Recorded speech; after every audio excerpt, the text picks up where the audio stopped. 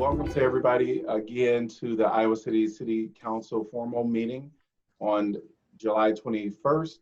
It is after 7 p.m. and we're going to start with roll call, please. Fergus. Here. Mims. Here. Saleh. Here. Taylor. Here. Teague. Here. Thomas. Here. Weiner. Here. Welcome everybody to our council meeting. So I did want to just mention that today was a major day where I did an order for face coverings. And again, I just want to reiterate the importance that we all abide by that. And when we wear a face covering, we not only protect ourselves, but we protect others in our community. And so with that, we can really curb the numbers of COVID cases within our community. And because we're in this together, let's all do our part. So thanks to everybody. We're gonna go with the consent agenda, items 2 through 6. Could I get a motion to approve the consent calendar as amended? I moved. Mims. Second, Weiner. All right. Would anyone from the public like to discuss any item within this consent agenda? If so, please raise your hand. And if you are on the phone, you can press *9. All right. I do see one hand raised, and it's from IFR is the name. So I'm going to unmute you, and then if you can state your first and last name. The other thing that because I know it's IFR, we will be discussing the formation of the Truth and Reconciliation Commission coming up later in the agenda, where there will be opportunity for you to talk. But if there is any item that's in the that's a part of the consent agenda, you can address it now. Welcome.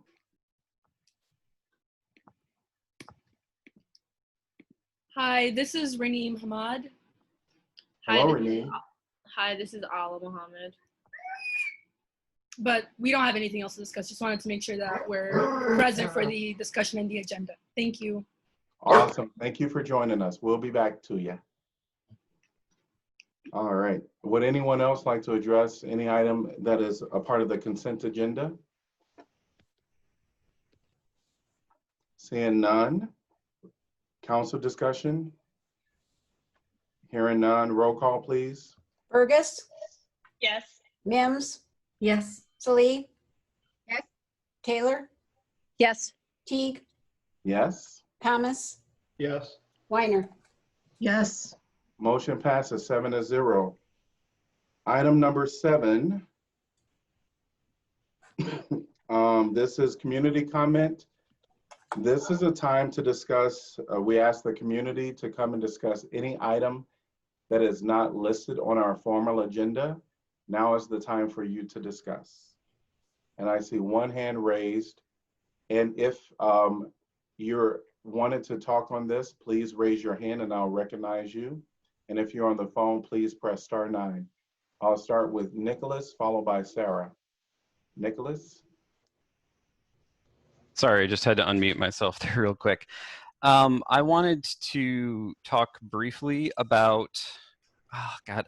So I was listening into the work session earlier, and I have to say, I'm just so profoundly frustrated every single time I hear you all talk about housing. Because, I mean, this even came up in the discussion, how things just keep pushing further and further and further down the road. I mean, y'all don't even really understand how far behind you were years ago. So you're even further behind now. And now you're talking about like all these discussions with all these various NGOs, and you don't even really have the bureaucracy in your own staff, like to deal with these issues. And basically an eviction bomb is going to be dropped on you basically in the coming months. And you have no preparation whatsoever for it. And if you want my more measured thoughts on these matters, I published a piece in Little Village. You can go read it or not read it. I don't really care. But it astounds me that you all don't even have like the urgency. You don't even have like just the sense of like how terrifying this is all going to be for people.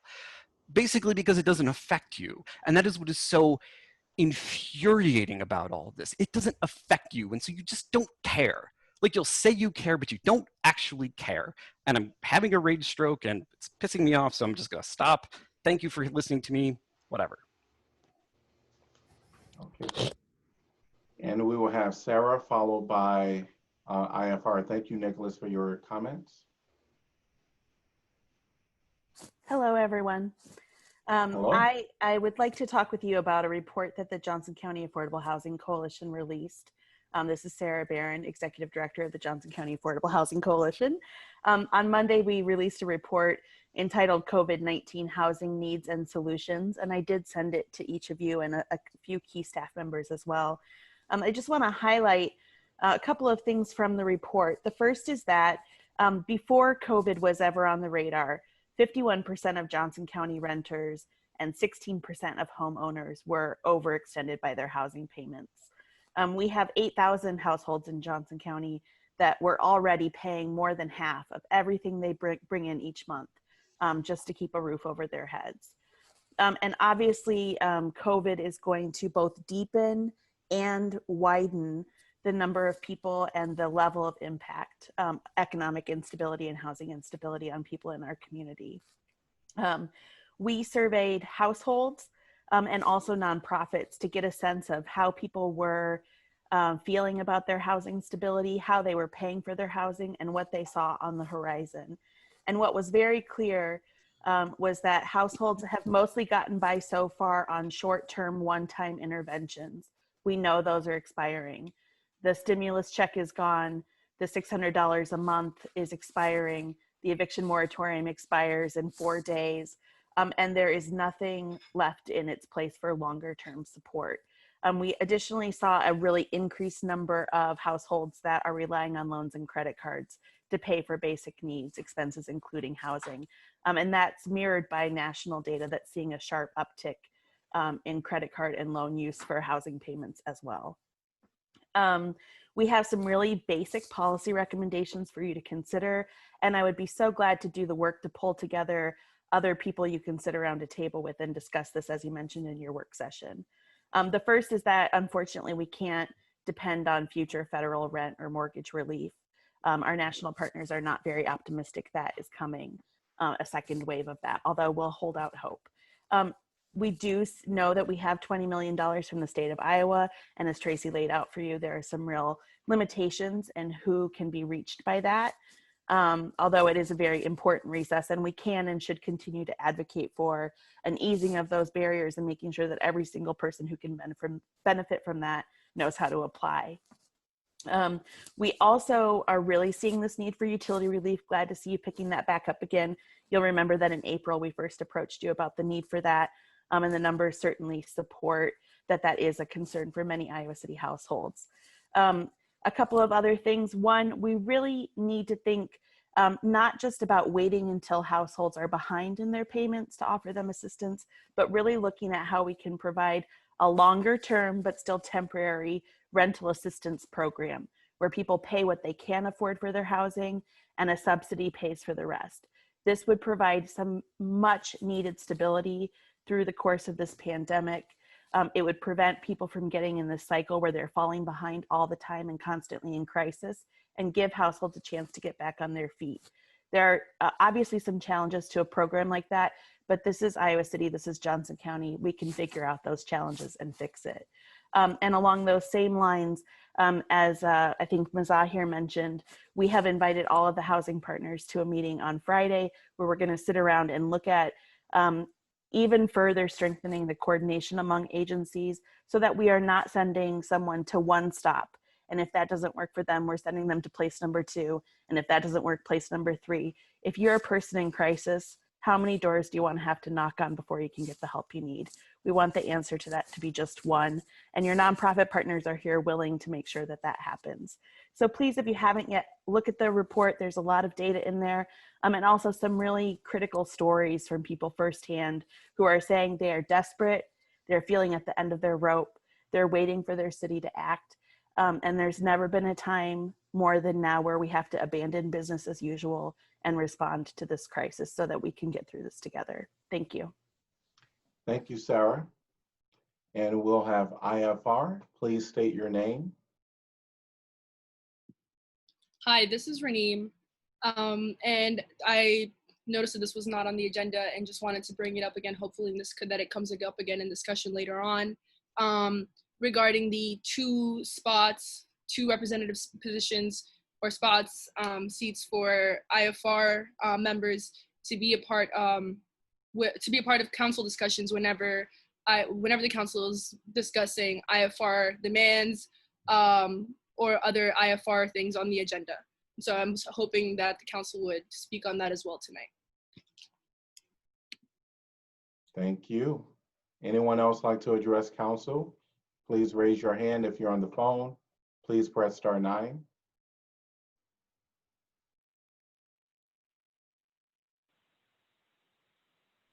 Okay, hearing none, we're going to move on to item number 8, which is the formation of Truth and Reconciliation Commission. And we're going to allow time for a public comment first, followed, and after public comment, we will have council discussion on the item. And I think most people that have already spoken do know that council has 3 to 5 minutes that we ask people to speak. And so we'll start with public comment on this item.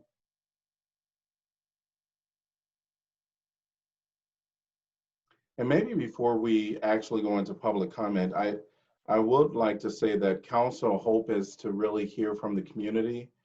In this fashion, I know that many people have reached out as well to kind of give their ideas on what the Truth and Reconciliation Commission could mean within our community, the charges that the council could set for the Truth and Reconciliation Commission, what we're hoping that they'll be able to provide in relationship to Black Lives Matter. Some of the things that council has already done is the 17 resolution items relating to Black Lives Matter, and the Truth and Reconciliation Commission, as many of you may know, actually has $1 million attached to that commission. And so one of the things that we wanted to do first was to really hear from the community in a formal setting to allow people to talk to us about how they see that commission, some of the charges, also who will be a part of that commission. How would the community like us to elect that commission? As many of you know, commissions, commissions are actually appointed by council. People apply, and then council go through the applications and then determine who will be a part. And so at this time, we'll ask for public comment just to weigh in so that council hears in this official fashion from community members.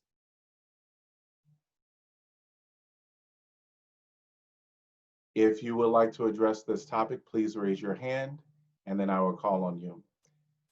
I see Roy Sam Porter. Please address this topic.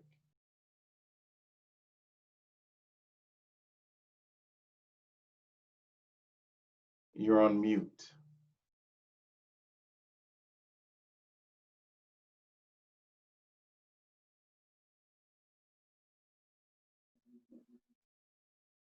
All right, I think there you are. Hello, this is Roy Sam Porter.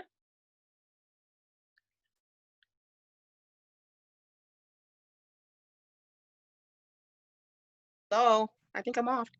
No, we can hear you. Oh, okay. Thank you.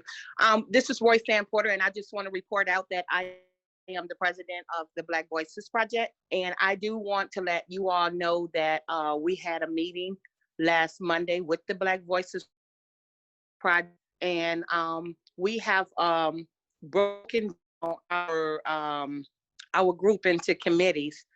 And as in education for the Iowa City Community School District, law enforcement, policing, which would include Iowa City, Coralville, North Liberty, and University Heights, and housing, affordable housing.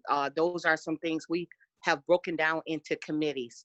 And with these committees, we just formed them, and they will meeting, but they are for coming together in support of the Freedom Riders, the Iowa Freedom Riders. And it's just to show what we can do. And we haven't had a chance to all come together in these committees. And what we're going to do is meet up, and we're going to talk about it. And then we're going to work out as to how we can support the Freedom Riders with these 17-point demands that they put out to the city council. I in choosing this commission, or whatever you're going to call it, I am hoping that you will take your time in choosing the people to put them on this board. I'm hoping that you will put somebody on this board that is interested, not only for their own sake, that we I know post citizen review board. I can truly say we have to have a commission where the city council is going to take this commission's recommendations and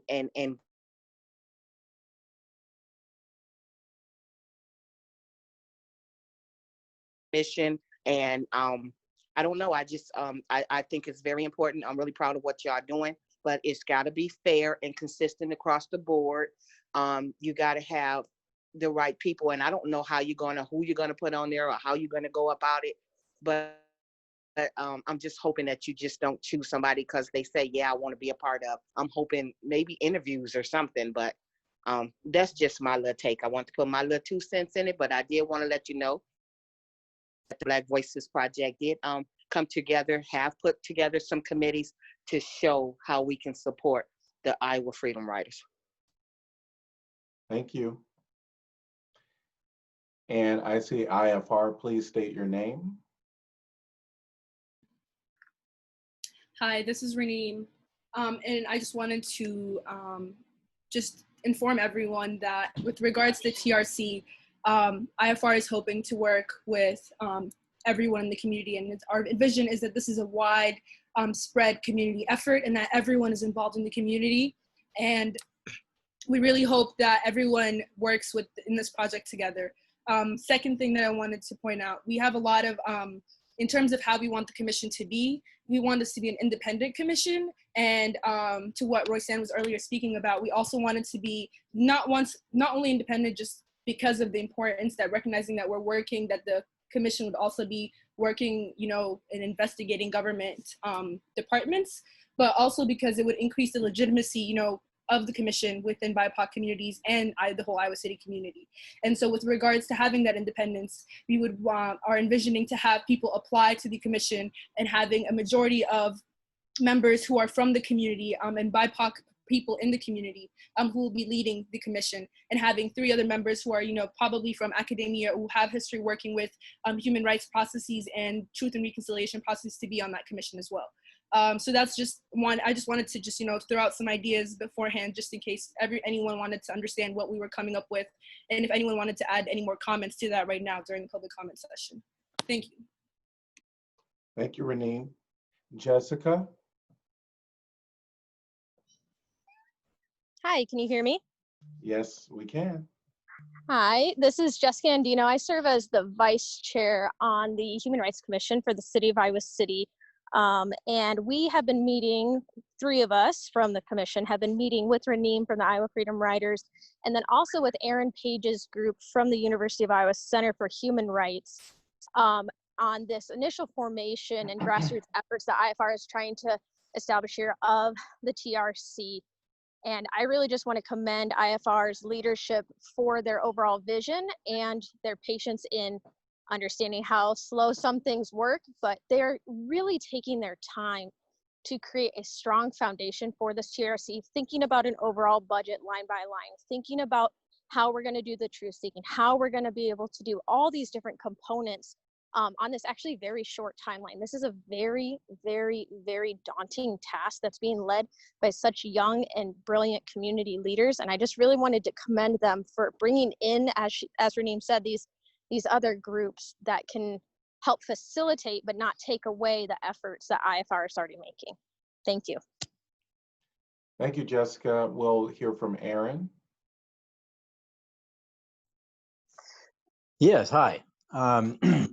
This is Aaron Page. So I work with the Center for Human Rights and just wanted to sort of follow up with Jessica that, yeah, we've got a group going and our mandate is really just to provide any help or support that we can. So we're a Center for Human Rights. We kind of have roots in all different departments of the university, all the different colleges. I teach a little bit of human rights at the College of Law, but you know, there's all sorts of different aspects to this. And so, you know, we're here to listen to IFR and to provide kind of research support, logistics support, and whatnot. And they've been, the IFR representatives who have already participated in this meeting have been great about directing our efforts and reaching out to us and starting, you know, really interesting discussions about what this could mean in different models. And I would also echo Jessica's point that there's, you know, these foundational issues about the scope of the commission, independence of the commission, stuff like that are super important. And so we really want to take our time at the beginning. You know, dates are great for incentives, but we also really want to take our time at the beginning to get it all right. That makes a lot of sense to me when I hear that. So just chiming in to say that, you know, this process is, I like what I see so going forward, and we have a good team lined up. And if anybody's interested in joining our team from the university or the community, they can contact me directly as well. Thank you. Thank you, Aaron. If anyone is on the phone and they want to address this topic, you can press *9. And if there's anyone else that would like to address this topic, please raise your hand at the bottom of your screen.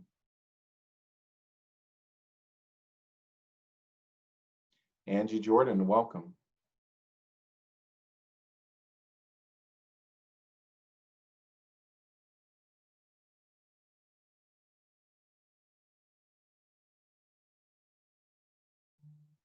Look like you're connecting.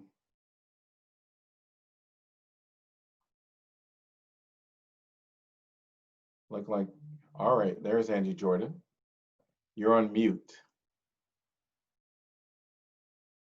Yep. Just want to apologize if I cut out. My internet's kind of on and off. I just want to say, for what it's worth, when I was reviewing IFR's core functions and requirements for the TRC, I just really want to highlight something that they brought up, evolving and creative design. I think it's so important that we don't stick with the traditional ways of collecting information, especially people's stories.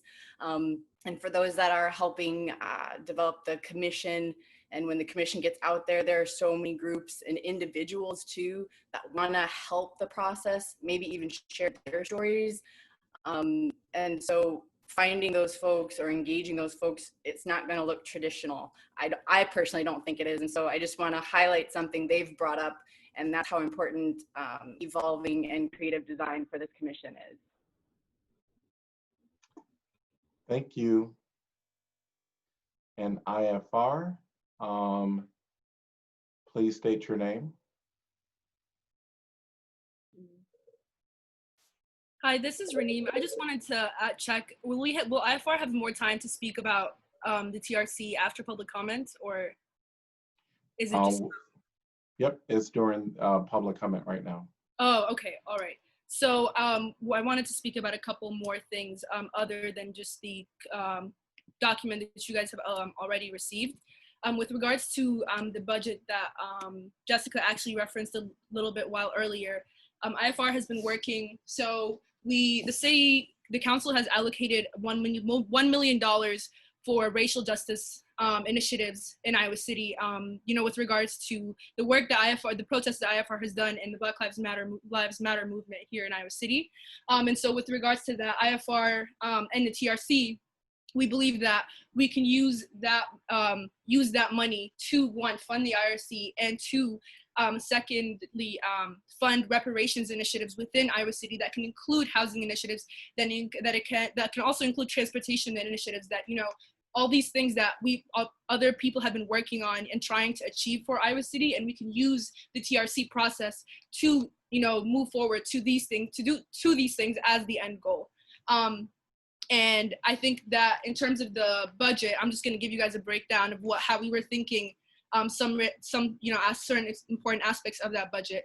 So for reparations, we were thinking of around $750,000 would go to reparations. And, that would go to projects such as housing development, transportation projects, such things as that.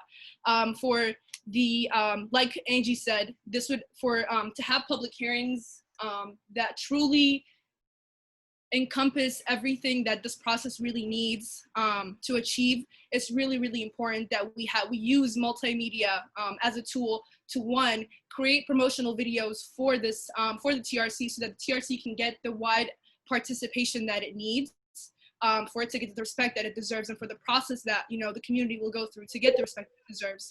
And so we allocated originally $30,000 for multimedia recordings, but knowing that we would need extra funding from the city for higher production value.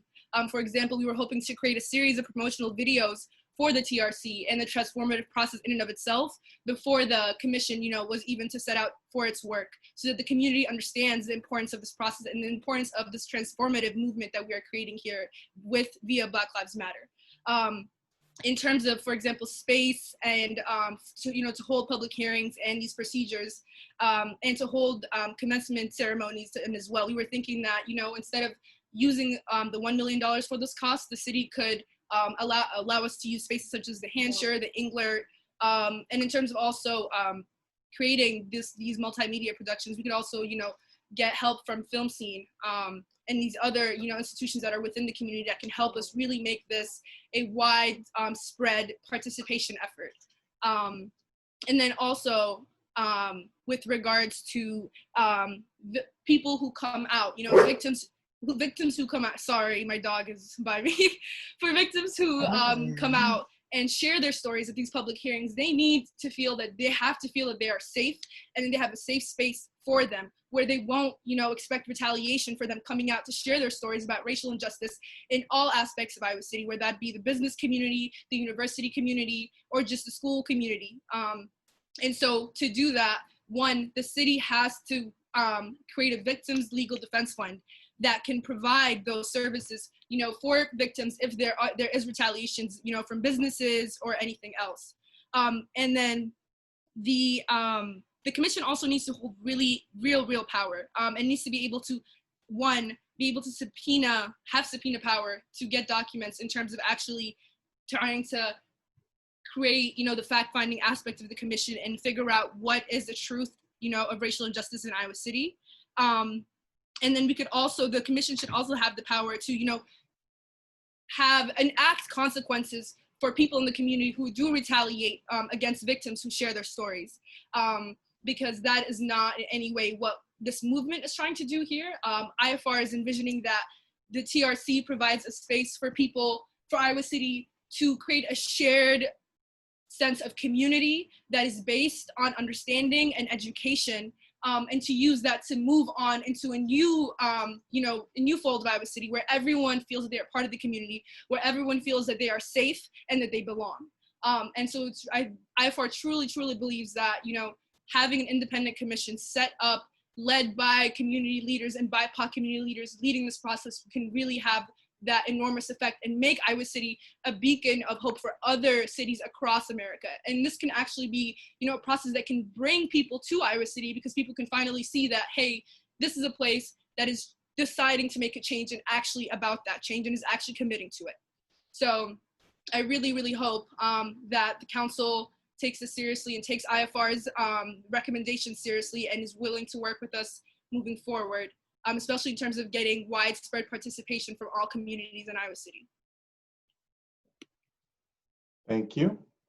We're going to hear from Eric, followed by Susanna. Yes, my name is Eric Harris, and I'm a part of the South District neighborhood, as well as Angie. The one thing I want to say is that I hope in making a council or commission that the South District is also involved because we are the neighborhood with the most people of color in Iowa City. And so in this area, we've seen most of the injustices that have happened. So I'm going to be brief. I just want to make sure that we are part of any conversation that goes on because we're kind of on the front lines of things in like neighborhoods of color. And with that, I would like to say thank you. Thank you, Eric. We'll hear from Susanna.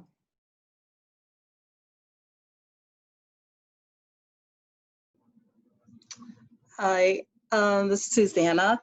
Yeah, I live in the Orchard neighborhood. We own a house on Douglas Street, and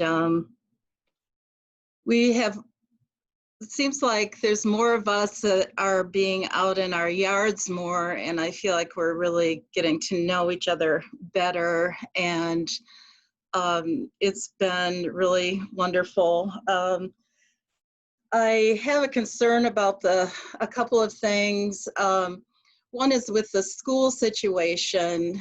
I don't think any one child's life is worth being taken for us not knowing having answers to all the questions that we do about children and how it'll affect their growth or whatever, or if one of them should have something terrible happen. So I think it's important for us as a community to take a pause and say, are we, what is the hurry? The hurry has to do with Trump. It does not have to do with us. I think it would be wonderful for our communities to say, we want the money back that was supposed to go to all the businesses, not to Trump and his people. If all that money could be given out, how can people stay home and not have to go? Susanna, Yeah. are you addressing the Truth and Reconciliation Commission, the formation of the? Am I? Is that what the topic is? I'm sorry, I had to get on Zoom to be able to put my hand up, and so. Okay, just tell me what I need to do. Yes. So it sounds like what you tried to get on earlier and weren't able to make comment earlier. Is that what I understand? Well, I'm not. Yeah, I was just on another. I was watching from a different Device. Yeah, YouTube or Sure. whatever. Sure. Okay, just tell me what I need to do. If it's a different week or. Yep, I think because we're adjusting to Zoom ourselves, after this item, I will allow you to address open comment, if that is okay with the rest of the counselors. If I can just see shaking of heads. Yeah, so after this item, I will come back to you and allow you to address council. Thank you. Okay. Mm-hmm. All right, and I see IFR, and please state your name. Hi, this is Raneem. So I wanted to share some more information about how exactly IFR was envisioning this transformative process in Iowa City happening exactly.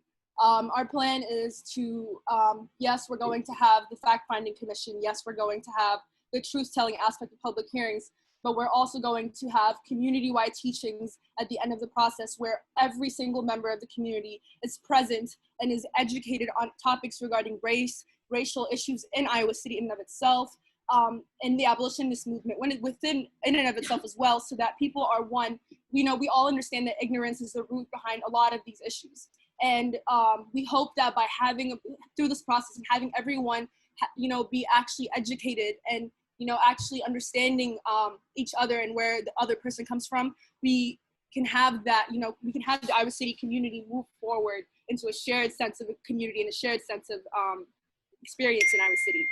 So within these community-wide teachings, IFR was planning to, our intentions were to have actual educators who teach anti-racist curriculum on these issues to community members, and that these teachings could happen, in various, public spaces, like we said earlier, that the city could reserve for the community.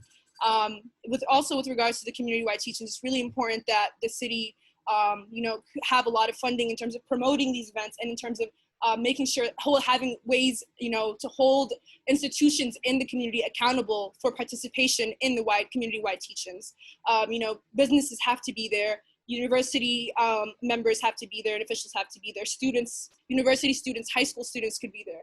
IFR was discussing thoughts on, maybe partnering with the school board, since the school board already has such, experience regarding certain committees that do work on this, and partnering with the school board to figure out how to exactly do that, reaching out to this, the district advisory committees and learning from them as well.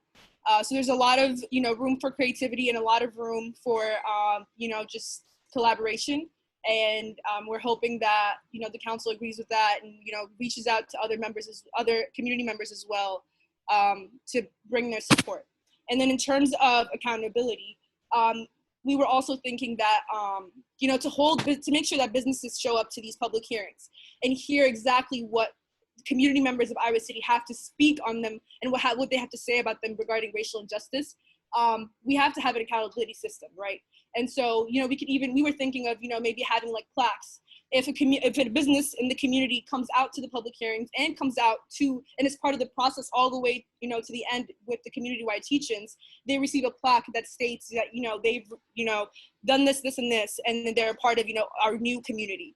And so it's important to have like some, type of accountability measures that, people can understand that this is a widespread participation effort and that everyone must be involved. This is not just about Black people coming out and sharing their stories of brutalization and oppression in the community. This is about every single person coming out and understanding and starting a shared experience for Iowa City. But yeah, thank you. Thank you. And is there anyone else that would like to address this topic? Newman, please join. Welcome. Thank you for having me. I just want to add that drug use is in Iowa City, and its effect on minorities is a big part of our law enforcement and incarceration system. I would like to shed some light on that issues at some point. And also I would like to thank Mayor Pro Tem for speaking against the council person in Coralville and after making his statement a few days ago. Thank you. Thank you. Would anyone else like to address this topic? If you're on the phone, you can raise your hand by pressing *9.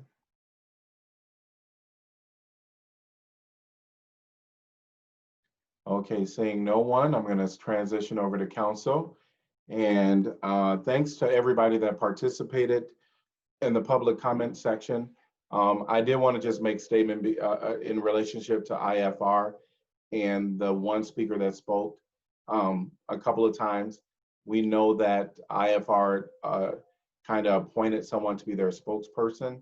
And so that is kind of why there was multiple conversations allowed from IFR today. So I just wanted to make that statement that I know what the typical process for council is we have the 3 to 5 minute per person, but we did have IFR that was asked to be here with their one representative. So thanks to everybody that joined in on the conversation.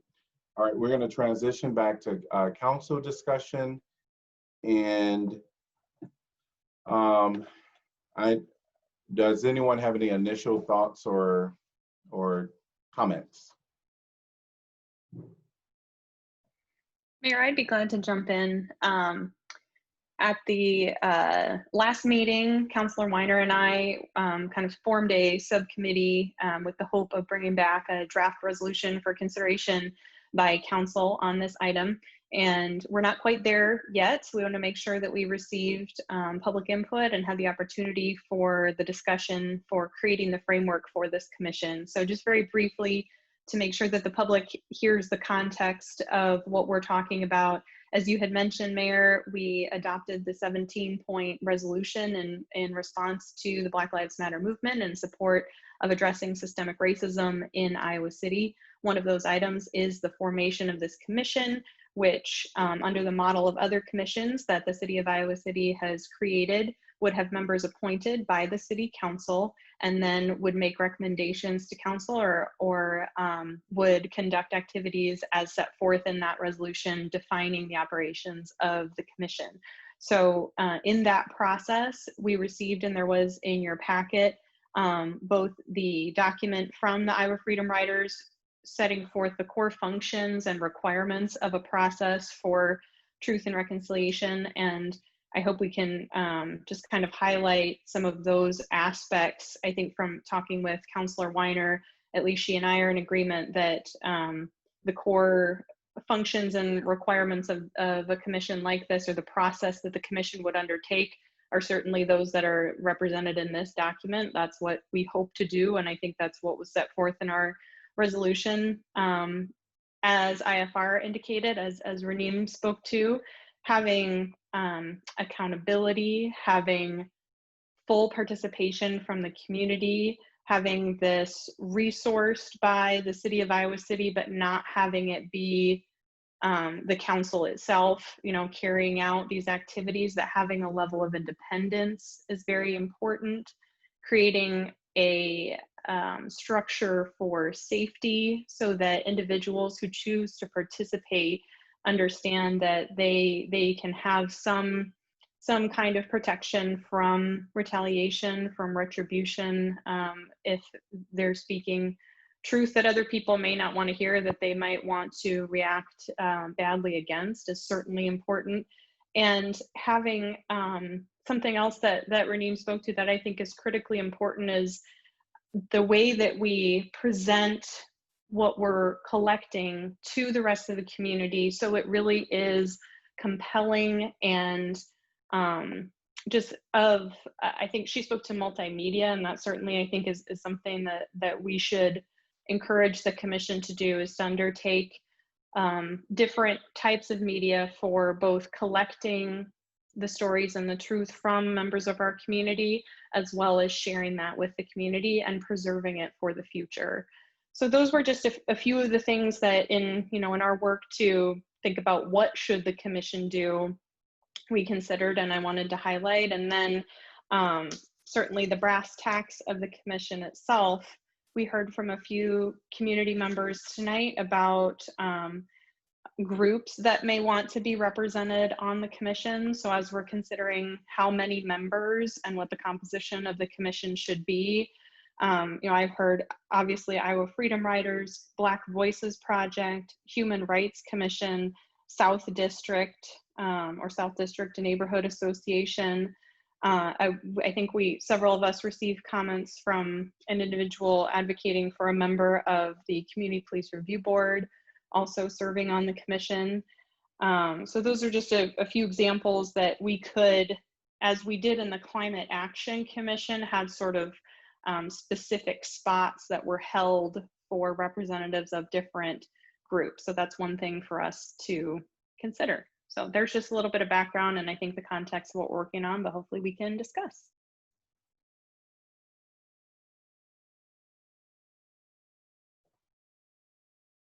All right, any other initial comments? Well, I will introduce some thoughts I was having over the last 2 days. And, I was responding, to the agenda, which talked about just the question of developing the resolution. And so I wasn't clear that Janice and Laura were working on a draft. So that's interesting to hear. One thought I was having with this, and it's, as many of you know, I often like looking for precedent and examples that perhaps we could draw from in developing such a resolution. And I found there really wasn't much to draw from, at least in the United States. There was only one Truth and Reconciliation Commission that I could identify. So it's sort of, to some degree, uncharted territory, I think, as we move forward. One thought I was having was that proposing the idea that the Human Rights Commission draft this resolution for council review and approval. I'm impressed with the engagement over the years that the HRC has had on issues related to human rights and social and racial equity. I'm impressed with the work of Stephanie Bowers and the commission as a whole.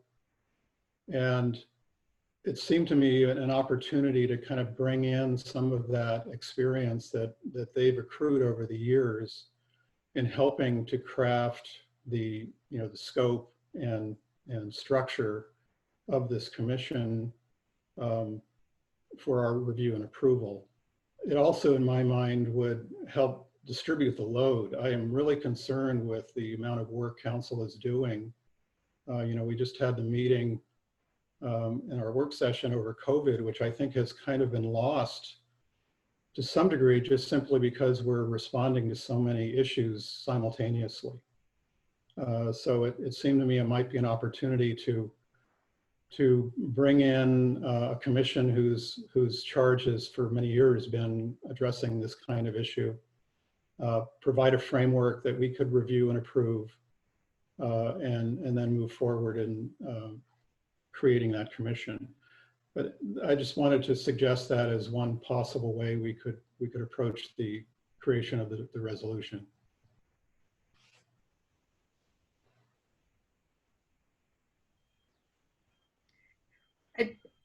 I think that, what do I want to say? Laura, I know Laura and Janice have spent a lot of time both talking with IFR and, looking at their input and their suggestions. And obviously this is a council decision, but I think we're all here obviously because we believe in what the IFR has brought forward. And as I've said before, their passion and energy is what has gotten us here. And I fully respect that.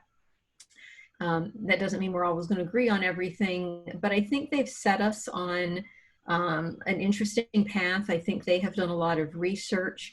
And I guess because of that connection, I feel like, and Janice and Laura, tell me if I'm wrong, but I think you folks are maybe already further down a path than we would be if we handed this off entirely to the Human Rights Commission, who maybe hasn't, at least as a group, been as involved. Maybe certain people have been.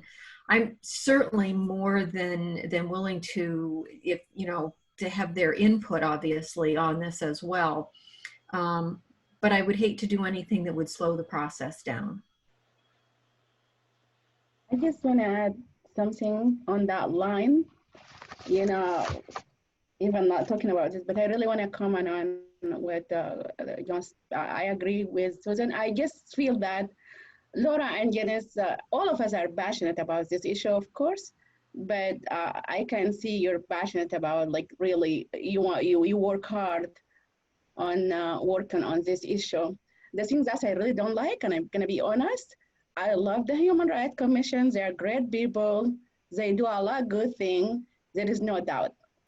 But for me, that all during this Black Lives Matter, we heard it from IFR, we heard it from other people. I said it. We don't want city-related commission to come up with something. We don't want staff to come up with something.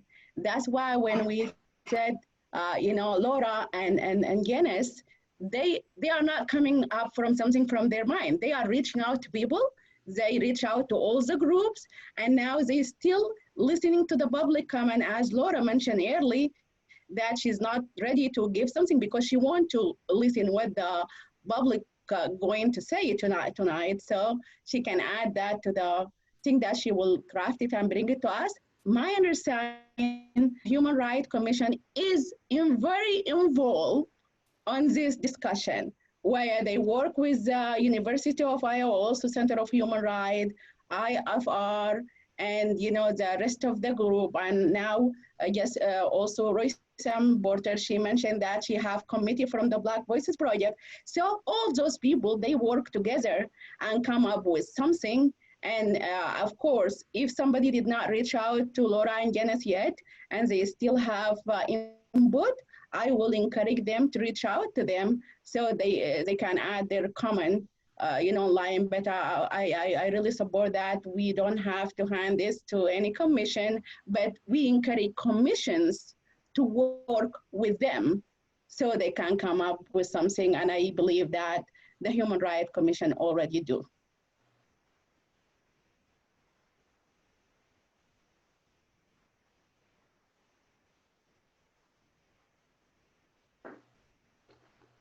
Well, I'll definitely chime in here. I think one of the hopes that I had for today, it happened. It was really to hear in a formal setting from the public on what they would like to see the commission, the TRCB, the Truth and Reconciliation Commission, be. They talked about, various people talked about their participation. We've already had to mention which are some of the people that want to be a part, such as South District, IFR, Black Voices Project, Human Rights Commission, even CPRB. Those are interested parties that would like to be considered on to be a part of this commission. I think maybe what council could do tonight, instead of focusing on the items that will be in the resolution, maybe we can somehow either get a number. When we look at how our commissions are typically set, we saw examples of what needs to be addressed, and one would be the number of members, and then two would be whether positions would be designated for persons with specific expertise or from specific organizations. And there's some more things there. So I don't know if that is something that we want to kind of pass on to Councilor Fergus and Weiner when they're having their discussions, to put that in the mix, or is that something council want to address tonight? What I will say is that for me, the conversation from the public was what I wanted, what I needed.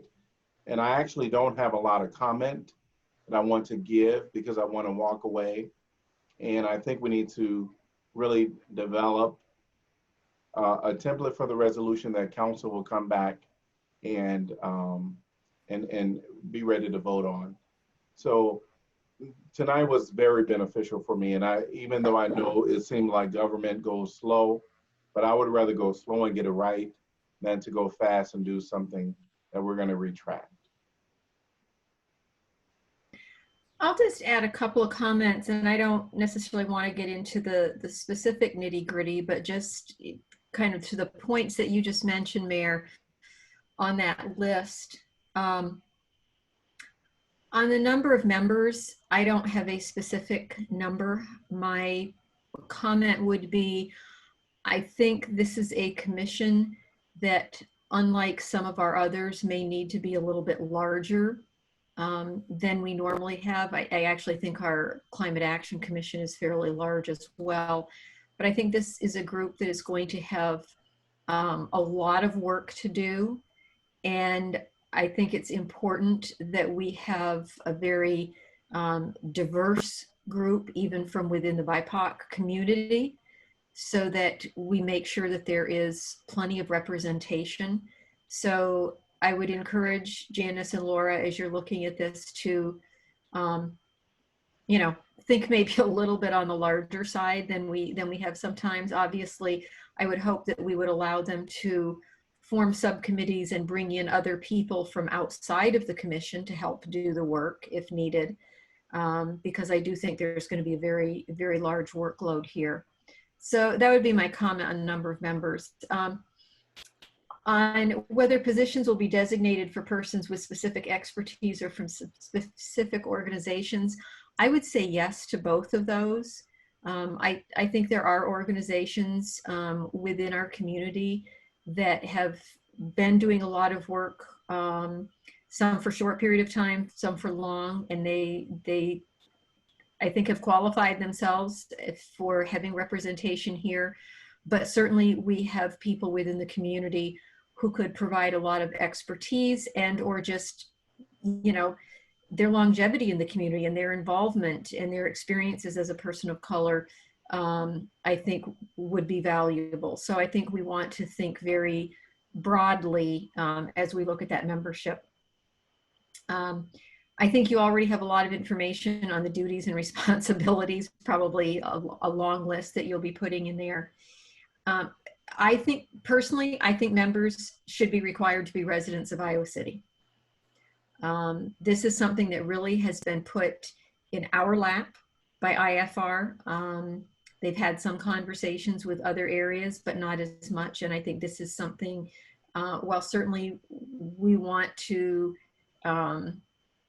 encourage and involve people from the university community and businesses, et cetera. And to me, if other people want to come and tell their stories and be involved, businesses, whatever, from outside, I think we should welcome that. But I think the commission members themselves should be Iowa City residents. And one thing we've done sometimes, and I think this can be problematic from the public perspective, was the number 7, will the council appoint the chair or will the commission, once created? I think the commission should appoint their own chair. Again, I think that sense of independence that is so important, I think they should select their own chair. So that's the only input, maybe more than you wanted, but little input that I would give you from my perspective.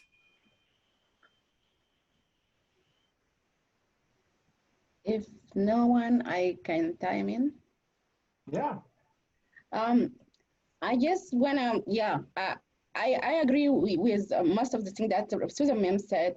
The only thing is that the resident of Iowa City, definitely that's something, you know, is as much as we can is supposed to be possible, you know.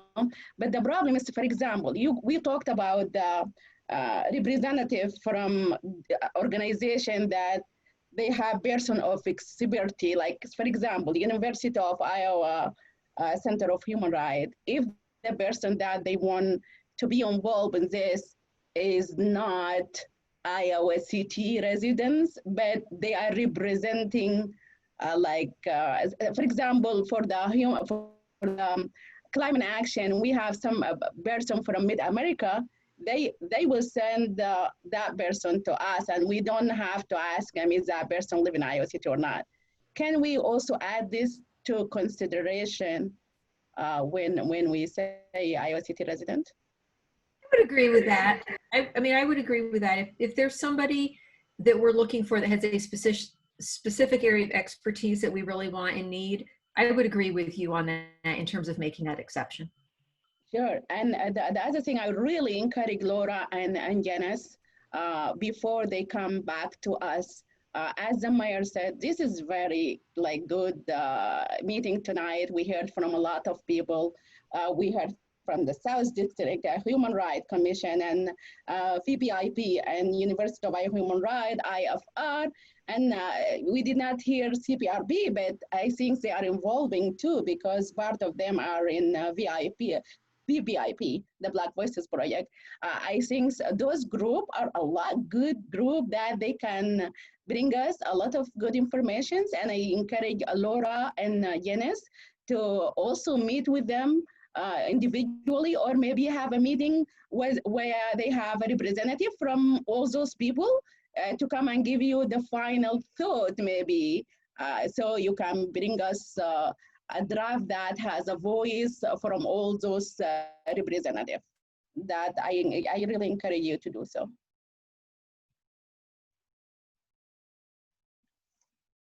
I do think that Councillor Thomas talked about how councilors are very involved with a lot. I want to make sure that this isn't that this request is something that Councilor Fergus and Weiner have the ability to do between now and next meeting. I would say yes to that, Mayor. I appreciate that concern very much. And I know the last couple of weeks with certainly the spike in COVID-19, and I know Councilor Weiner in particular put a lot of time and energy into getting us where we needed to be on that issue.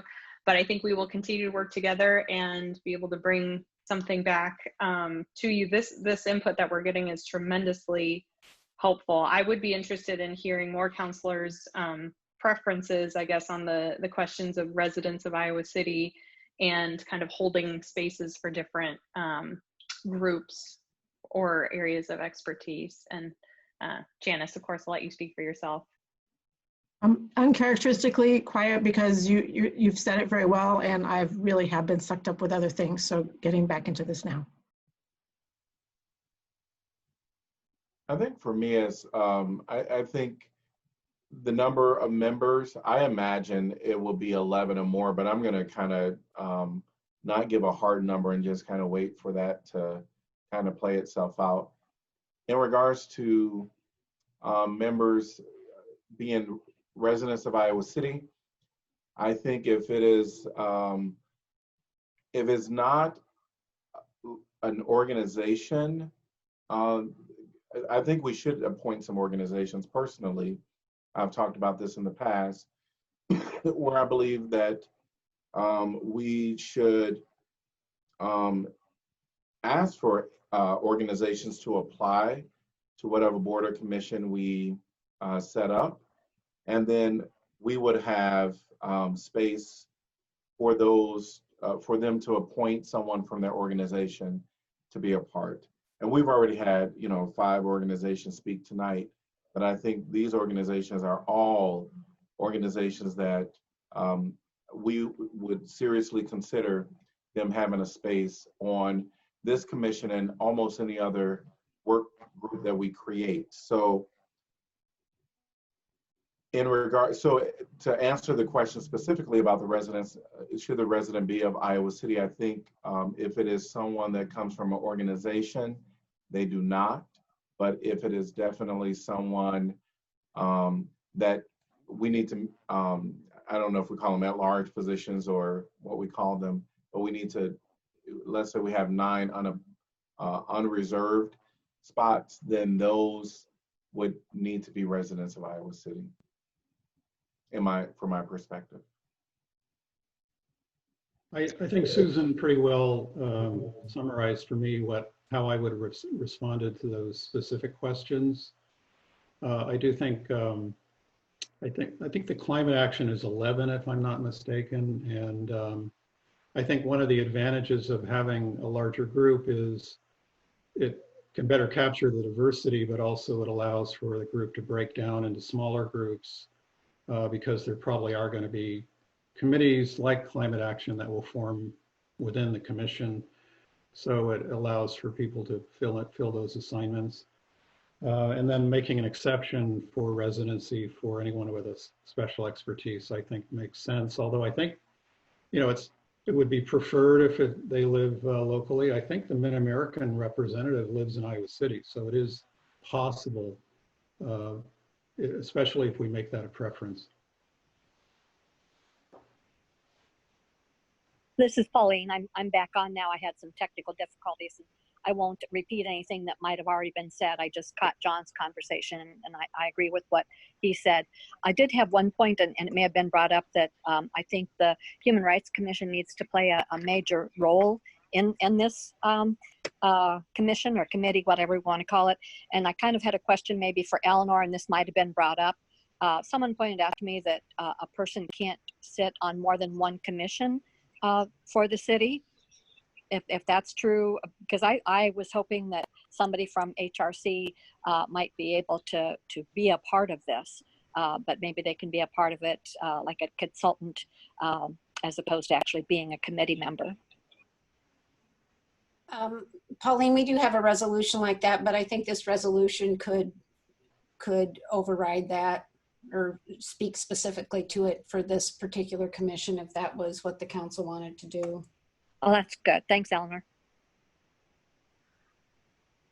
I really think that if, for example, a person on Human Rights Commission would like to join this as a Trust and TRC Commission, I think they should just choose, or resign from the human right and be here, unless they have a representative of one person from organization. So what we talked about earlier. If University of Iowa Human Rights want to send a representative, it depends on a person. Am I applying as individual, or am I applying to this representing the whole Human Rights Commission?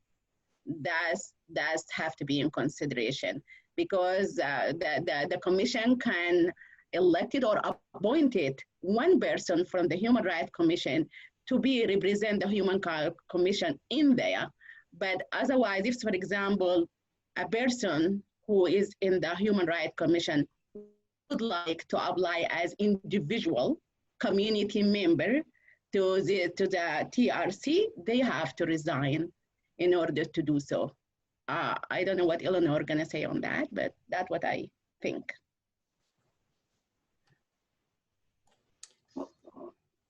That's really up to all of you. I think one of the things that it brings up to me as I'm listening to this discussion is, how long are we thinking that this commission is going to be in existence? I mean, are we looking at this as an ad hoc type of commission that's going to be in existence for 12, 18, 24 months and then it's done? Or are we looking at this as something that's permanent?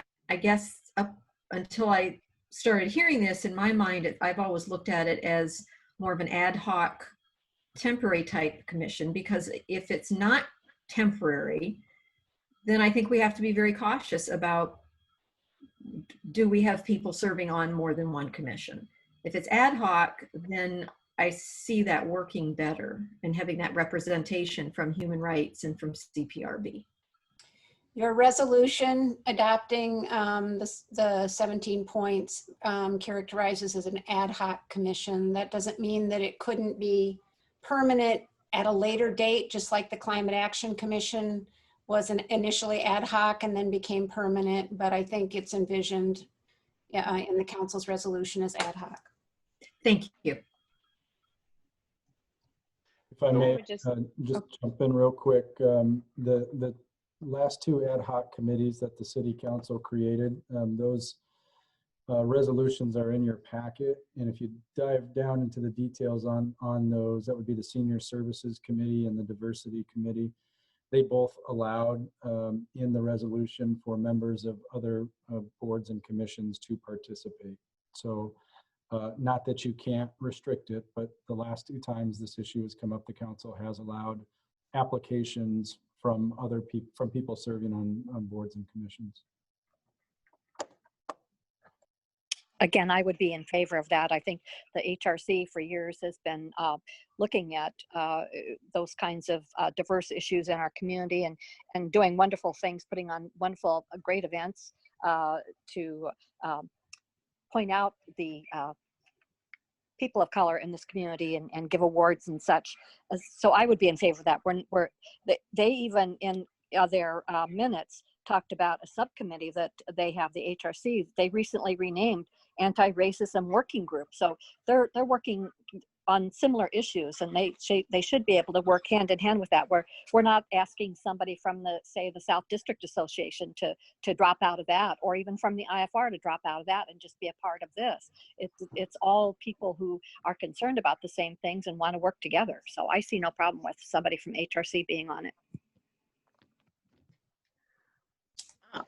For my 2 cents on this, really, maybe this is too early to discuss it, but TRC need to be permanent. Even if we're going to have like some kind of housing, and those could be like really, temporary or whatever. But the TRC, should be permanent, and everybody who serve there, if they serve as individual, I think they have to serve in only one commission, because this will be just like the other city commissions. But TRC, we need it. If they are not doing like something Black Lives Matter, we're going to talk about this until the end of our living end about that. Yeah, I guess my personal thought is I think it can definitely start out as the ad hoc, and as it continues and develops, we can certainly consider making it permanent. The other thing I just wanted to chime in on, and this will be my last comment on this, is when it comes down to how many members, I believe that we should, and maybe that'll be more organic through the next couple of weeks of how many people are interested, or maybe we wait and see how many organizations actually apply, because where we think we, know the organizations that are surrounding Black lives, such as, IFR Black Voices Project, there could be more that we don't know about. And so one of the things that I think we have to have, no matter what happens, is a balance of organizational representatives and just community members. It doesn't have to be totally, equal, but I believe that we have to have independent voices on there as well that don't represent an organization. I agree with you, yeah.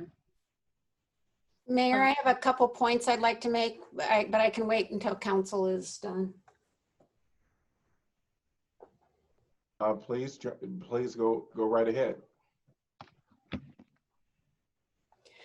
Just a couple things. Just a reminder that as a city-created commission, this commission will be subject to the open meetings laws and the public records laws, just as the city council is. So there will have to be notice of any meeting of majority of them. There will have to be minutes of the meetings. There have to be, all votes must be recorded, etc. In terms of public records, any record of the commission, any communication between commission members about matters that are within the purview of the commission will be public records. So I just want to, there's the talk of independence. I think we just need to be clear about those restrictions that come with any city commission. In addition, it is the city council that has budget authority, and recommendations, just like you get from any commission, can come from the TRC as to how to spend city dollars. But ultimately, it will have to be the council that makes that decision.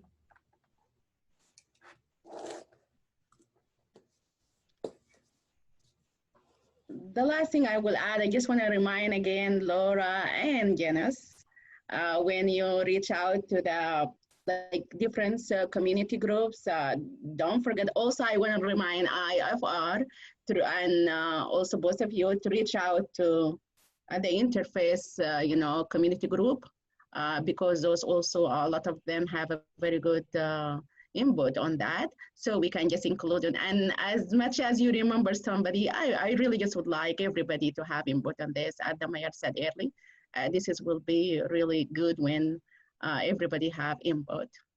So if you can reach out to them, or if IFR also can reach out to them.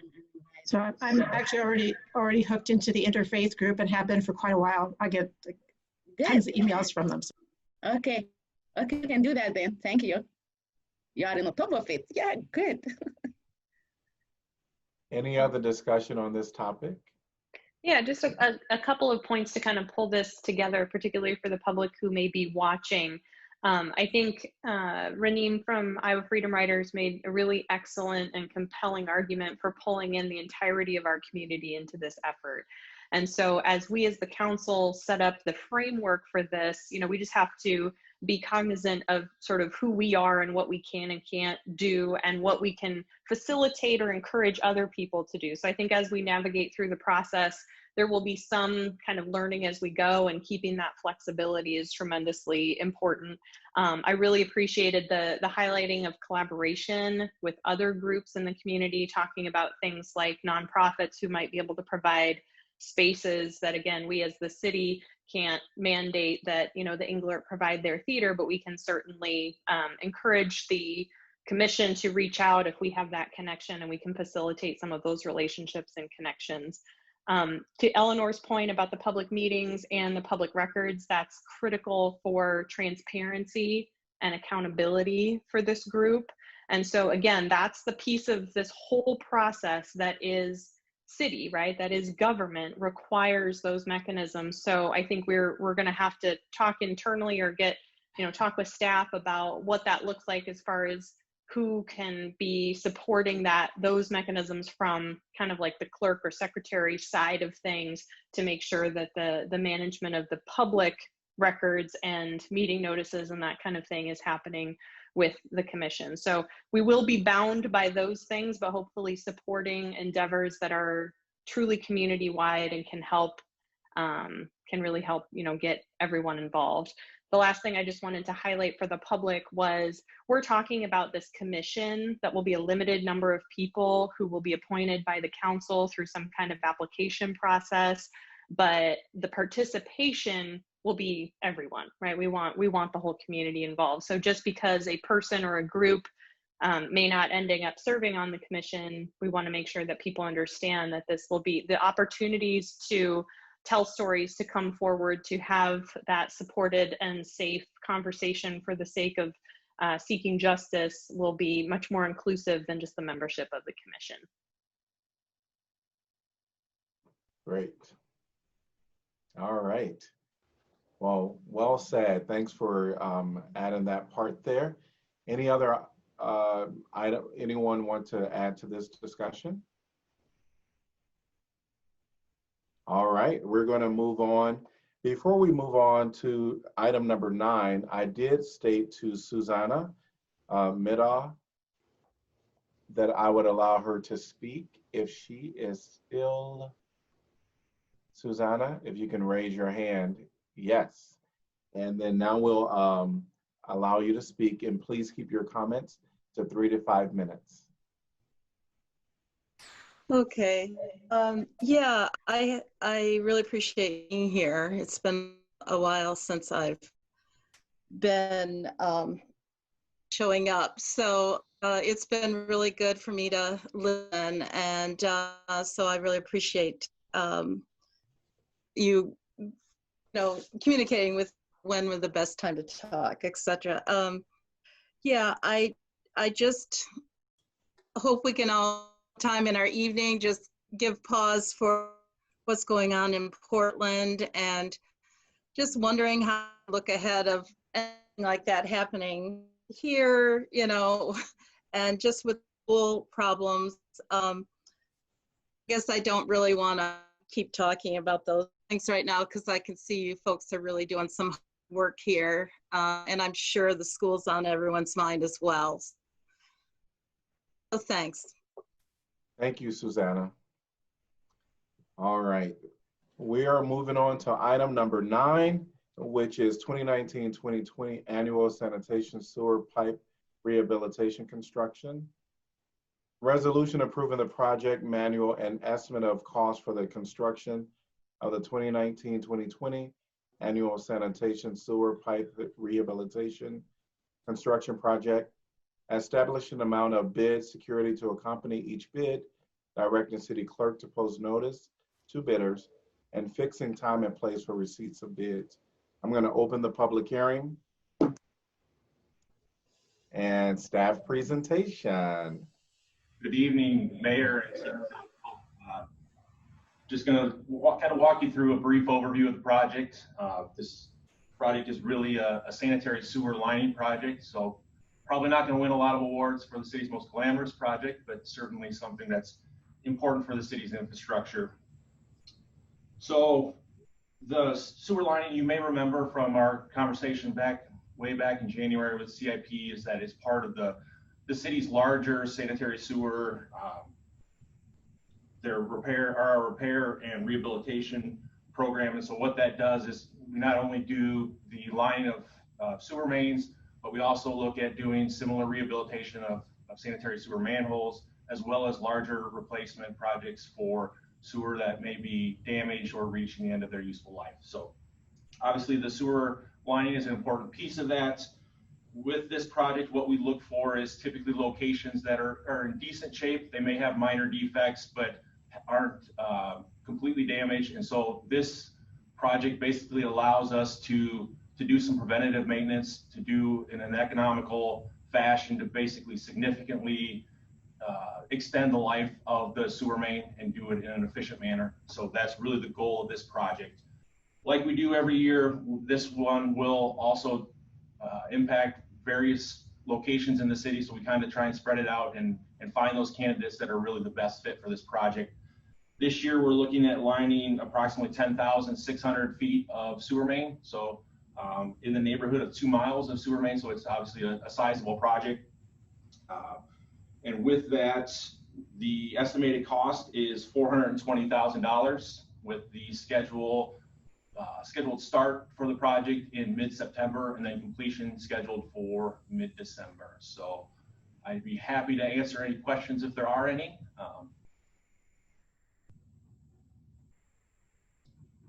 Not unexpected. No, my actually only question is that are there issues working on it as the weather gets colder? Because you're talking about starting this and then going into a season when we typically get a lot of freezing weather. Yep, so not really. What they do is the process, basically they go between manhole to manhole. And so what they'll do is they insert a felt liner. And so with that, when they insert it, they pump hot air or steam down into it and that helps to cure the pipe. But because they are relatively deep, you know, you're below the frost line and all of that, so that it's really not weather dependent. Thank you. Sure. Any other questions? All right, thank you. And is there anyone in the public that would like to address this topic? If so, please raise your hand and I will call you. And if you're on the phone, please press *9. Seeing no one, I'm going to close the public hearing. Oh, I do see one person. Anna Marie, I'm going to call you at this time. Anne Marie? Yes, can you hear me? Yes. Okay, so I've got a couple of questions. I believe that the sewer in my area, although I'm not sure of this, I believe that it runs behind the property instead of out on the street. And how can I call to find out which side they're coming in from? And then my other question is, after the digging and all that stuff, who's responsible for restoring grass and plantings and all that kind of stuff? Is it the resident or the city? Kelly, can you connect with Anne Marie and get some information so we can respond to her, please? I think so. Mayor, we can probably address that right now. I see Jason ready to chime in. Okay. Yeah, so as far as digging goes, there really shouldn't be any digging with this project. So it really takes place between existing manholes. So all of it will be sort of within that existing infrastructure. As far as the specific questions about that location, I certainly, if she wants to get in contact with me, I'd be more than happy to help her answer those questions. Thank you. Great. Thank you. Would anyone else like to address this topic? If on the phone, press *9. Otherwise, raise your hand. Seeing no one, I'm going to close the public hearing. All right. Could I get a motion to approve? Move. Move from Saleh. I'll second Taylor. Seconded Taylor. All right. Council discussion. Roll call, please. Mims? Yes. Saleh? Yes. Taylor? Yes. Teague? Yes. Thomas? Yes. Weiner? Yes. Yes. Fergus? Yes. Motion passes 7-0. Item 10, simple misdemeanor fines. Ordinance amending Title 1 entitled Administration, Chapter 4, entitled General Penalty, Title 4 entitled Alcoholic Beverages, Chapter 5, entitled Prohibitions and Restrictions, and Title 8 entitled Police Regulations, Chapter 5 entitled Miscellaneous Offenses, to increase the fines for unscheduled, simple misdemeanors, follies, and hate crimes. This is second consideration. Could I get a motion? And actually, this is a motion to waive second consideration. You're muted, Susan.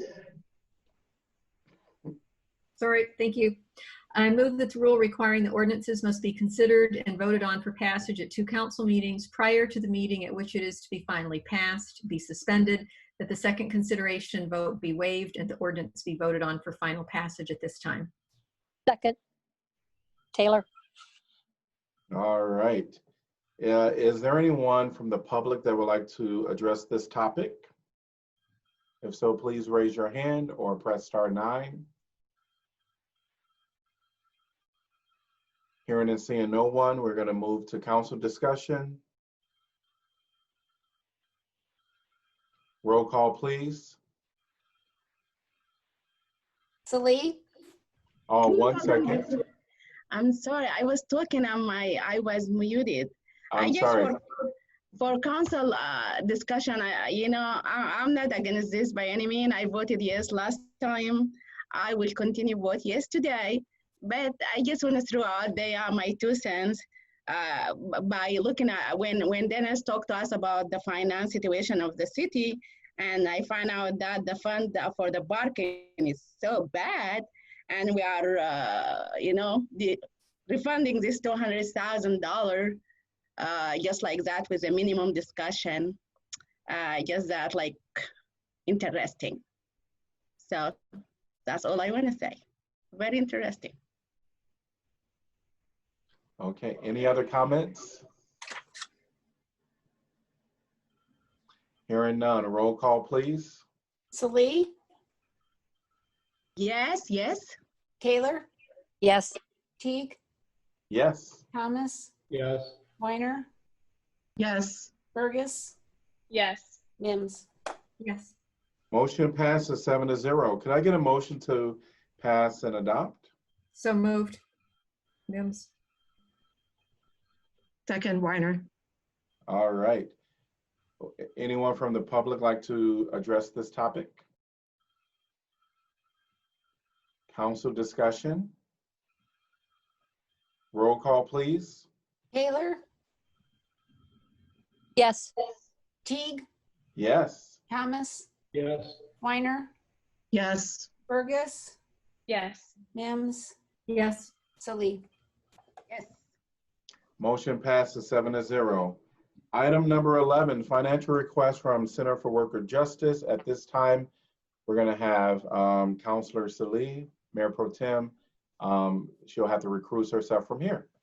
Yes, please text me, Kelly. Thanks. All right. Do. All right. So this is item number 11. Resolution approving a $25,000 funding request from Center for Worker Justice for emergency needs to households due to COVID-19. Could I get a motion to approve? Taylor, so moved. Second, Thomas. Okay. Is there staff presentation? Tracy Haichu is going to give you a quick overview of the proposal. Okay. Welcome, Tracy. Hello. I'm assuming all of you can hear me now. Yes. Okay, great. As you're familiar, you received a request in the council packet from the Center for Worker Justice requesting $25,000 to support their program that they created in response to the COVID pandemic called From Our Home to Yours. The program assists primarily immigrant and refugee families that are experiencing financial difficulties, typically because they're not eligible for unemployment or the federal stimulus funds. The request is for $25,000. They did recently request $40,000 from the county. The county did approve. Center for Worker Justice is asking for amendments to their agreement. The city, if you approve this request, would like to have substantially about the same requirements and program parameters as the county. So I also included that the language that the Center for Worker Justice is requesting from the county as well. The program pretty much pays $300 to $600 of one-time payments. Basically, we limit it to 2 payments within a 12-month period, if eligible, to families experiencing needs eligible payments would be for rent, utilities, childcare, healthcare, essential needs such as that. We met with, city staff met with their board and some staff and board members to discuss the request for city funds. Basically, their process is that somebody applies, they get a referral from some source, they apply, and then a committee from Center for Worker Justice meets with them. They determine the household situation, their financial need, and then if eligible, they issue a one-time that payment directly to the applicant.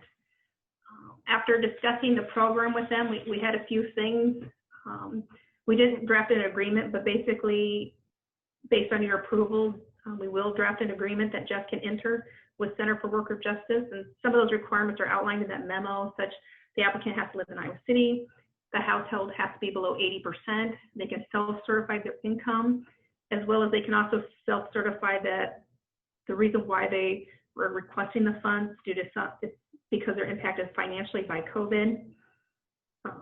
What are some of the other, in the agreement, it'll basically say that Centers for Worker Justice have to exhaust other sources of funding that is available, such as our CDBG funds that we're going to route through community crisis services. And that they have to do some reporting. We're allowing 10% in admin fees so that they can have the staff to administer this program and provide the monthly status updates regarding beneficiaries assisted, what the assistance was for, and that payments will be there to the vendor, and when it can't be to the vendor, that receipts are kept with the application. Those are basically the points of the program. If you have any questions about the request, I can answer. I know Jeff's familiar with the program too, so just let us know. Tracy, I guess I missed what it is that CWJ wants different in the contract with the county. I thought I read through here, but I'm not seeing what they want changed. The red line version, I noticed whatever got attached didn't have like the specific points redlined.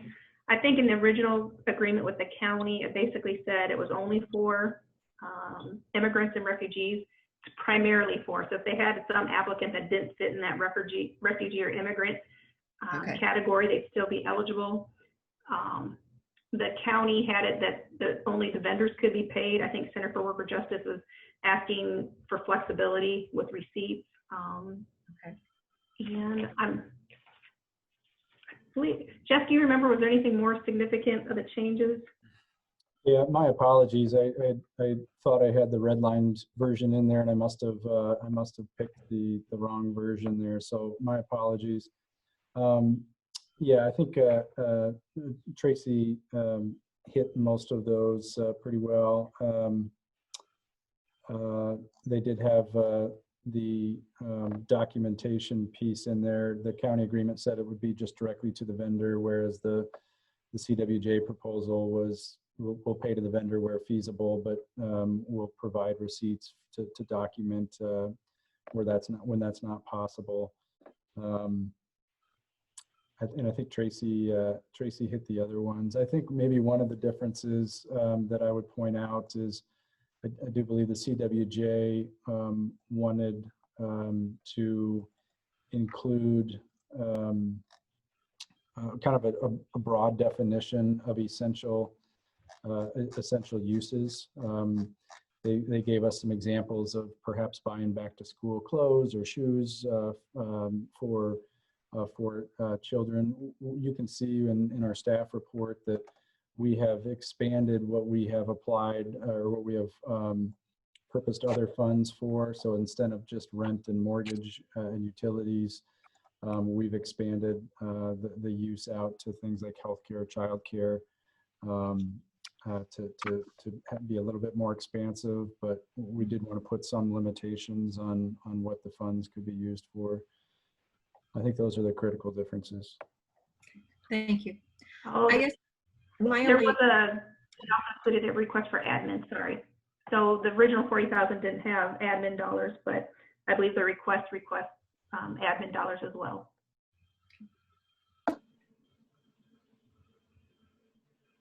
Thank you. That's it, sorry. No, okay. Yeah, with this Zoom, trying not to cut up people off. I guess my only other question, and we're 2/3 of the way down the path on this, so I'm not going to make a big deal about it. And we talked about this earlier, but I would hope that any additional request like this that comes in, we immediately follow our emergency request procedures that we have put in place. Yeah, and I can address that, and I think that's fair, and perhaps we should have done that at the beginning. That was my call, and the reason I distinguished this from the emergency path was because we as the city and as the council, you had already had some discussions about COVID relief, so I felt like we had opened the door to that. We had already provided the relief, our own housing relief assistance program. So I felt like since there was already some public discussion on what the city recovery process should be, that this would kind of bleed into that discussion, as opposed to, say, for example, the Houses into Homes request, which was the most recent one before this that you had received, which didn't really have anything to do with an ongoing city discussion. So I made that distinction, but with council direction, we can certainly funnel future requests through that emergency, whether COVID related or not. Well, I think you also, in full fairness and candidness to you, Jeff, and staff, this one also would have been a difficult one for you because we have a council member involved with a conflict of interest here. And so I think that put you as staff members in a difficult position. So I fully understand if that was any part of your thought process, that you wanted this to be in front of a council decision and not a staff decision because of that issue, because I think that put you in a tough spot too. So. Any other questions for staff?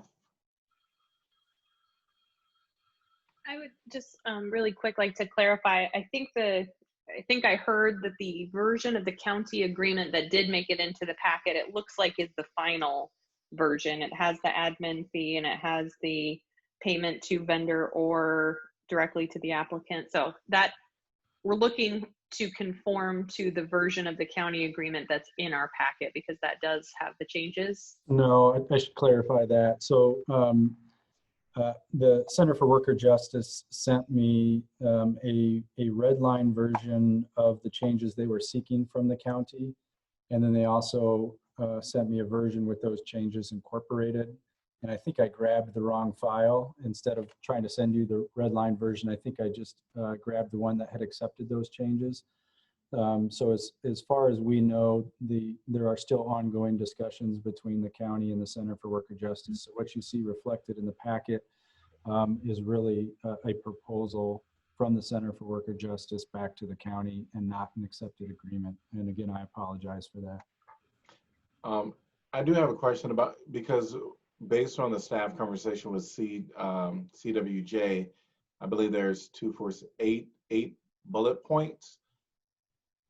Of those 8 bullet points, maybe it might be helpful for council to know which ones CWJ kind of wanted changed, because as I'm looking, I think these are some good provisions for the program. Do you know which ones of these they want to change? Can we pull up can we have the red line version, which I'm having a hard time finding, but maybe we can just have Kelly share that, or we can share it. I can share it. I brought it up here. 1 second. Those bullet points in the staff memo, those are the ones that we're recommending. We were in agreement with Center for Worker Justice. So that's staff's recommendation. So if it's in the memo and those bullet points, that is what we negotiated and that's what we agreed to, if you guys approve it. Yep. I guess one of my questions was, of those bullet points, was there any item there that we should be zoned in on that was maybe changed based on the red line version? But if Jeff is going to pull it up, then maybe we'll see the red line version. Yeah. Mayor, I know there's a few folks from the Center for Worker Justice that want to speak to this issue tonight. So they can certainly let us know, but when we drafted the staff report, we did so with the belief that it would meet their expectations for the program. I would say the only potential difference is that we have defined, as I mentioned before, we have defined the potential uses of our dollars to indicate food, rent, mortgage, utilities, healthcare, or childcare. I believe their program as it exists today is more expansive, and they're more open to, for example, things like clothing. But we felt like we had to limit that.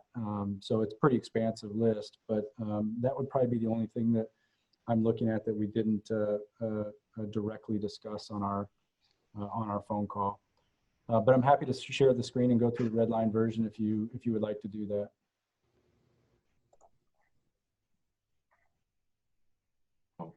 I would like to, just to see the comparison. I don't know what other counselors want to do. I can do it real quick. All right. If I bring up the right screen here.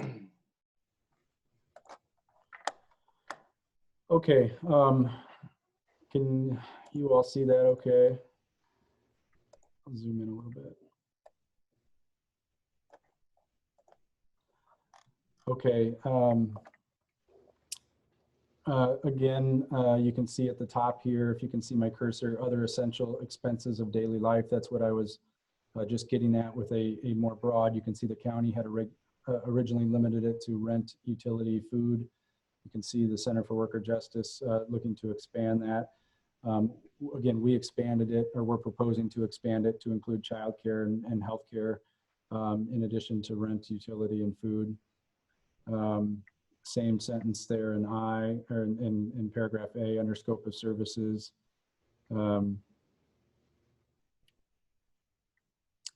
It specifically states that the Center for Worker Justice will help the applicant review what other assistance programs they may be eligible for.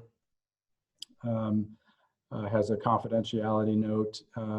They want to make sure that while they're more than willing and happy to cooperate with the other housing providers to ensure that there's no duplication of benefits, they do want to protect the confidentiality of the folks that they're working for, which is noted there in the change, which we talked through on the phone call. We're comfortable with that one.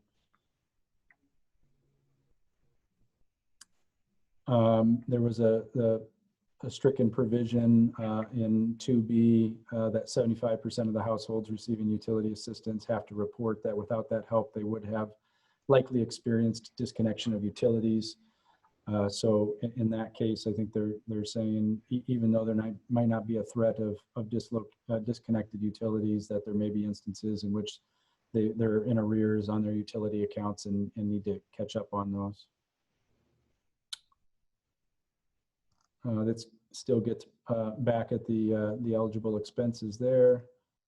That's some word changing there. And then you have the 10% administrative fee. And from a staff perspective, while we want to get as many dollars into the hands of those that need it, we do think that administrative expenses are needed to ensure that proper documentation of the city funds can be used or can be noted, and that there's the ability for the Center for Worker Justice to do a good job in reporting back to us how they use the funds, and certainly that type of report helps us evaluate future requests for dollars and whether we can continue to collaborate with them in the future. So I very much support the administrative fee in this particular case. And that looks it, like it's it. So nothing too significant.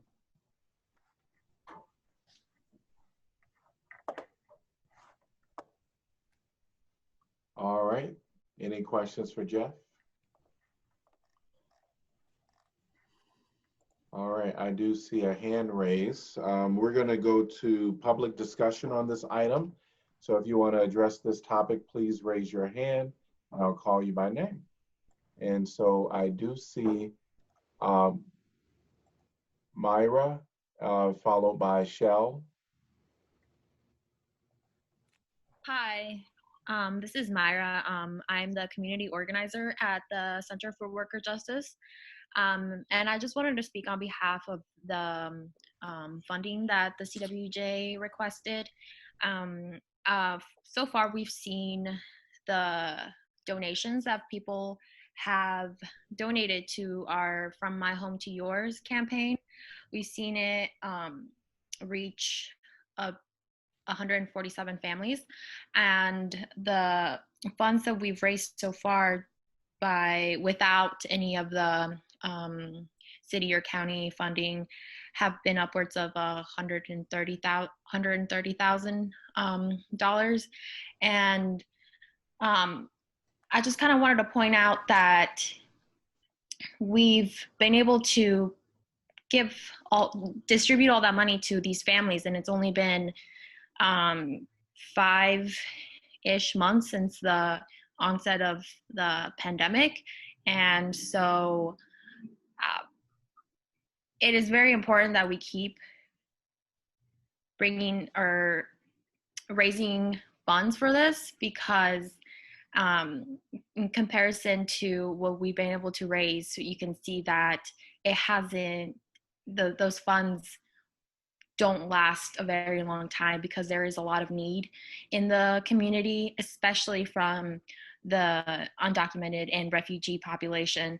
I've firsthand seen, how relieved some of these people have been when they have been able to be helped by this campaign. A lot of these people have been very far behind on their rent and utility bills. Some people have been, they weren't charged for several of those months, but then all of a sudden on the 4th month, they were given a bill of upwards of $1,000 for the past 3 months that they were given a break, I guess. And so this money is really beneficial for the families. And what is really important is that these families can't go and apply for unemployment or receive a stimulus check. And a lot of these families have 3 or 4 children, or they don't have employment at the moment, and that's where they can't even apply for unemployment. And so we really, really want to keep going with this campaign. It is very important for us. It is really necessary for the families, especially those that don't qualify for other government funding. And so we really, really want to keep being able to help families, and we want to be able to do it in the most smoothly way possible. We don't want to put any more barriers in front of these people in order for them to pay their bills or provide food or diapers for their family, and also like hospital bills. So yeah, the need is very much there, and it's going to be there for a while longer. So all of this help is highly appreciated and very much necessary. Thank you. Thank you. We'll have Shell followed by Jessica.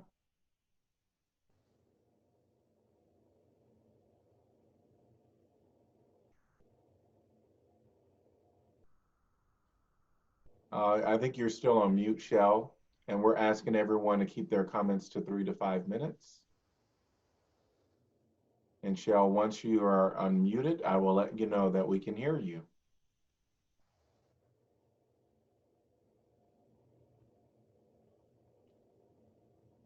We still can't hear you, Shell. We're going to jump to Jessica, and then we'll come back to Shell. So Jessica, we'll have you speak, and then we'll come back to Shell. Okay, hi. So again, I spoke earlier, but my name is Jessica Andino.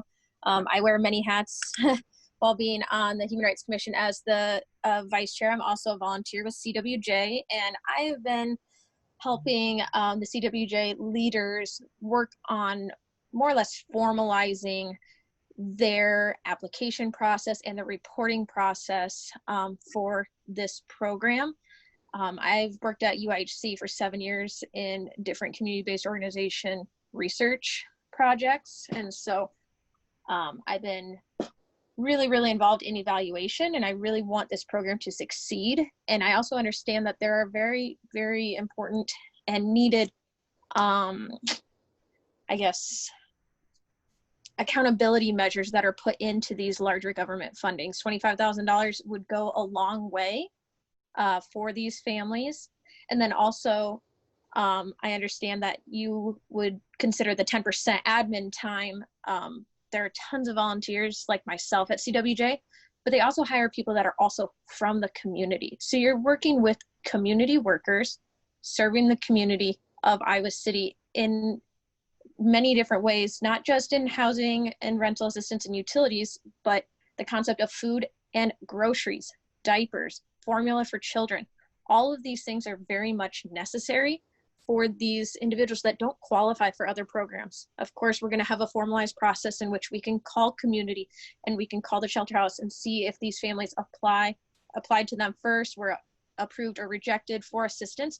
But we really kind of are the last line in this safety net for these families to get the assistance that they really need. You can see when they come in or call or just ask for help, they're not, they need it. You know, they are trying their best and they're just stuck on hard times because of COVID. And so we have different accountability measures.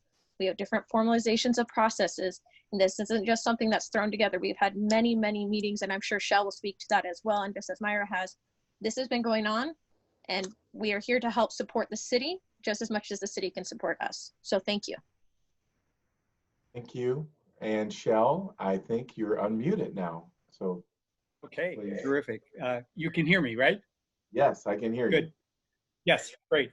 Well, I'd like to thank the council and city staff for taking this issue very seriously. And, you know, as Myra and Jessica spoke to, the need is tremendously urgent. And as we all know, these are folks in our community who are doing vital work and are vital members of the community, but who are falling through the cracks. And, you know, when CWJ instituted this program, one, we had no idea what the outpouring of support from the community might be, and to have generated $130,000 of support from private sources over the course of these couple of months has been tremendous.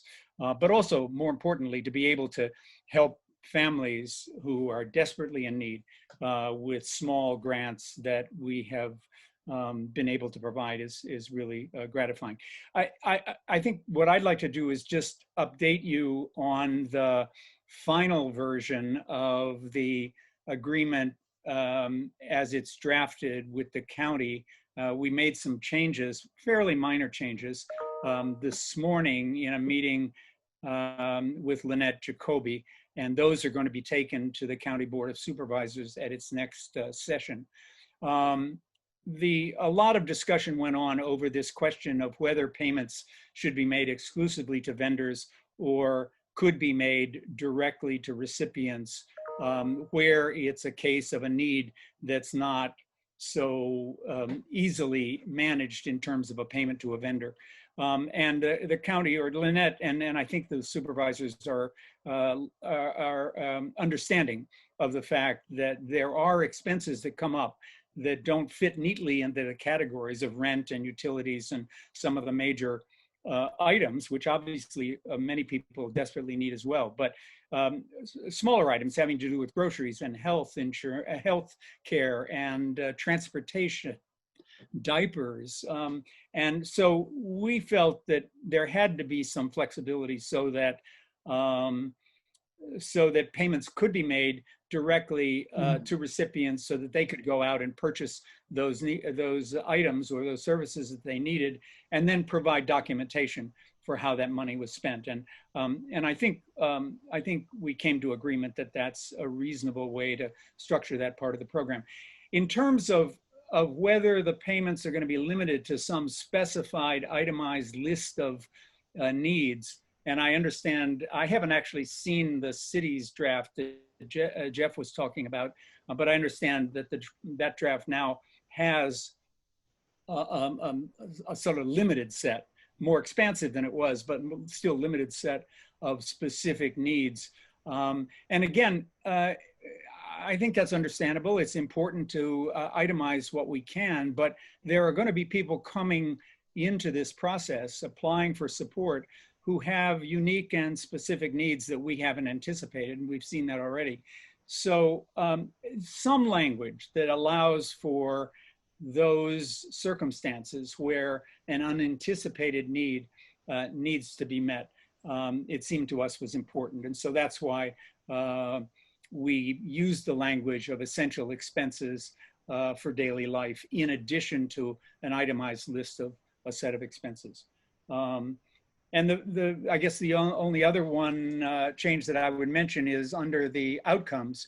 We all agreed that 100% of the households receiving rent, mortgage, utilities, or other assistance will report that without help from this, Our Home to Yours program, they faced significant hardships related to the impact. In other words, we're not talking about 75%. We're talking about 100% of the population who are in significant hardship and as a result of COVID-19, and who we're trying to help with this program. So that I just wanted to add those items. But again, I think this is a program that's proven its track record over the last couple of months. And the application process has been a rigorous one. And the fact that we've been able to help so many people is really a testament to the generosity of people in the community. And we hope that being able to augment these funds with public funds from the county and the city will enable us to extend this assistance even further. Thank you, so Shel. if you have, yeah. Yep, thank you. And Sure. we're gonna have Dan at this time.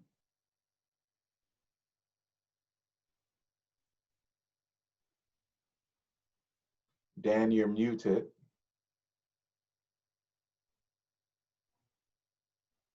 We still can't hear you, Dan. Thank you, Bruce. Am I coming through? Yes, you are. I'd like to take a moment just to acknowledge with appreciation the work of council and city staff who've helped us to bring to bear the translation services and the skills that CWJ can bring to help reach very needy families that are underserved by more traditional assistance. Now, the administration burden placed on our very small staff, aided by hardworking volunteers, is substantial. Therefore, the city's financial support to the Center for Worker Justice and the From My Home to Yours program will go to help many families in desperate need. So, good work, City. Thank you. Great. Thank you, Dan. Would anyone else like to address this topic? If so, please raise your hand. And if you're on the phone, please dial *9. We have Rory Sam Porter. Welcome, Supervisor. We can hear you. Well, you're unmuted. But we can't hear you.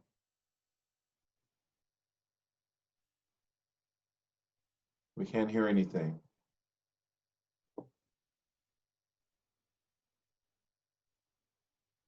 Still can't hear you.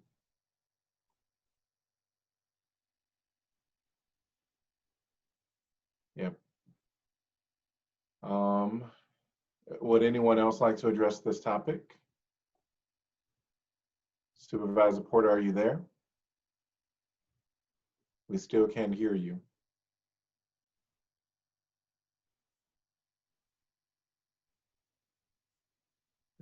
We can't hear you. Yeah, I'm not sure what's happening there. But we welcome you to maybe dial the number. Maybe that might help, and we'll be sure to get you your comments if you call back in here before council votes. All right. Anyone else like to address this topic? Seeing no one, and I'll see if Supervisor Porter, can you hear us at all, or can you? We still can't hear you.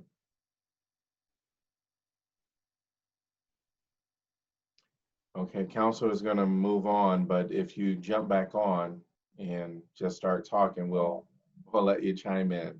We know that Zoom is a challenge at times, so.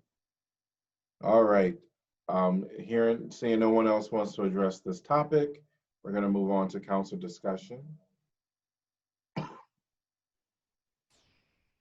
I'd like to just sort of address a couple of things that were discussed earlier. I appreciated what Councilor Mims had to say about the emergency process. I would, and I understand the constraints here that likely were in play. I would really appreciate it if we could end up using that as part of, as an important part of our process going forward, because this clearly, when I looked at the criteria, this clearly would have met that bar. We're doing a couple of things here that I think are really necessary, even if they're out of our normal order, because we're serving a population that otherwise is underserved, and in many cases unserved, undocumented immigrants and refugees. So we're allowing self-certification. So I'm very happy to hear that there will be at least some form of documentation required. Nevertheless, I'm very happy if we are able to provide assistance to that segment of the population. These are unprecedented times, as we keep saying. And so sometimes we need to go a little bit above and beyond what we normally would do, and sort of stray from procedures that we would normally stick to. I think with the population that this is going to serve, it's some of the most vulnerable people in our community, and I think that's very important that we pay attention to that and do what we can to help them out. And if it's through the Center for Worker Justice, that's great. I just want to express my appreciation and gratitude for all the folks who worked on this, and I'm happy also that the city had an opportunity to work with the county on crafting the language for both entities. And as Shell noted, these are families that have fallen through the cracks, and we're not living in normal times. So this is a small but necessary offering of support to those families. Well, I would agree. I mean, this is literally humanitarian aid. It's not a large amount per family, and it is really for people who are in crisis and who either are having extreme difficulty or impossible qualifying for some of the other funds that are available out there. So I'm comfortable with the amount of reporting that we are requiring, even though certainly be less documentation than we would have in other cases, but that's indicative of this population. But I think the reporting that staff has worked on in the agreement allows me to be comfortable that we can document what we're doing with city money. So I do hear Supervisor Roxanne Porter. We're going to allow her opportunity to speak at this point. Hello, can you hear me now? Yes, we can hear you. Okay. I just wanted to chime in really fast and just wanted to say that you all have really said, we had the discussion with Johnson County, and we brought Lynette Jacoby in for the purpose of making sure that there was not duplication of services.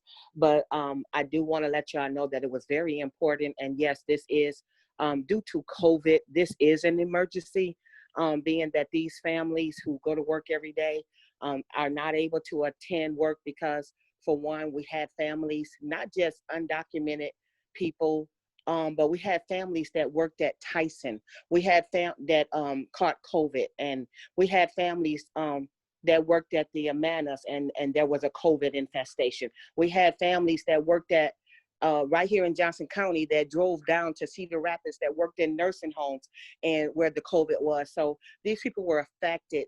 These homes were affected, and many people got sick, and a lot of people could not work. A lot of people did not get the unemployment. There was a lot. It's not that these people are not working. They were working, but because of COVID, this most definitely is an emergency.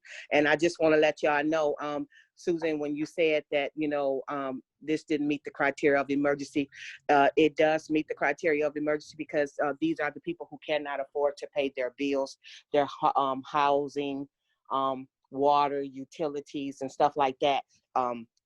This was totally an emergency, and working with Lynette Jacoby. Lynette works with various grants in our community with various agencies and organizations. And so everybody has to do a contract, and the miscommunication or misunderstanding from Mazahir not knowing how these contracts work was to just make sure that there was not duplication of service. So instead of duplication of service, there was collaboration of services, where now Mazahir is able to work with community as well as the shelter house, because for a lot of the people that we're working with, that we're talking about for CWJ, there's language barrier with shelter house, and community wouldn't be able to provide or would have to provide it through adding an extra expense. So with them all working together, this all worked out for the better of our community. And I just want to say thank you to each and every one of you. I do want to say that this money is very important, and I think working with Lynette will get them on track as to what it is that they need. They have everything they need.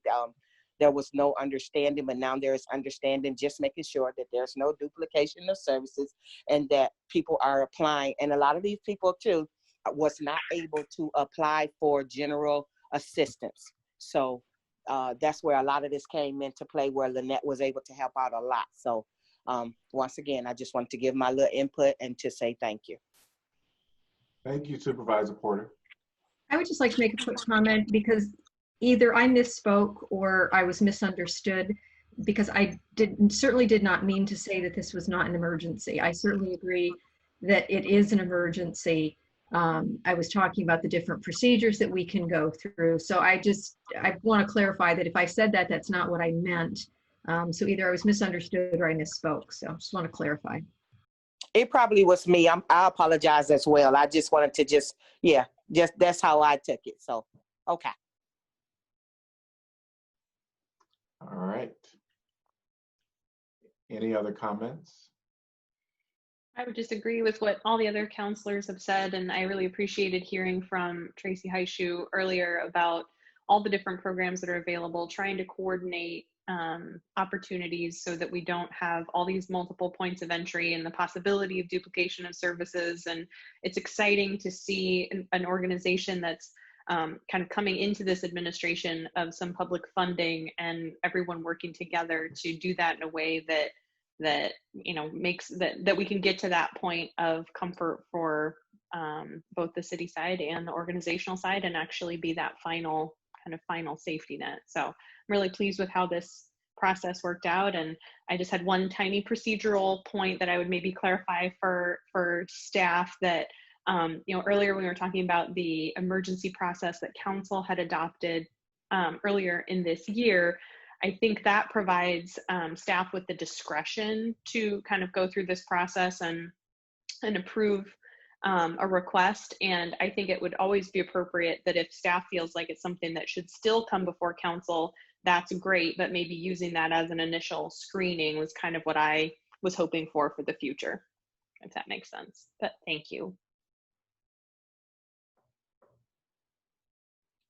I do think that this project has spoken for itself. They have some numbers that they gave us. They raised close to 130,000 from the community. The county is chiming in some money, and I think it's a great opportunity that I hope that our city will give the 25,000 to CWJ. I also don't want to shy from the fact that we have a sitting councilor, sitting mayor pro tem, that this is where she works. And so I think one of the challenges that I've sensed is, yes, there is the reason she has to recuse herself is because she can't make a vote on this. But I also don't believe that council should shy away from looking at this opportunity. This is something for the people in our community.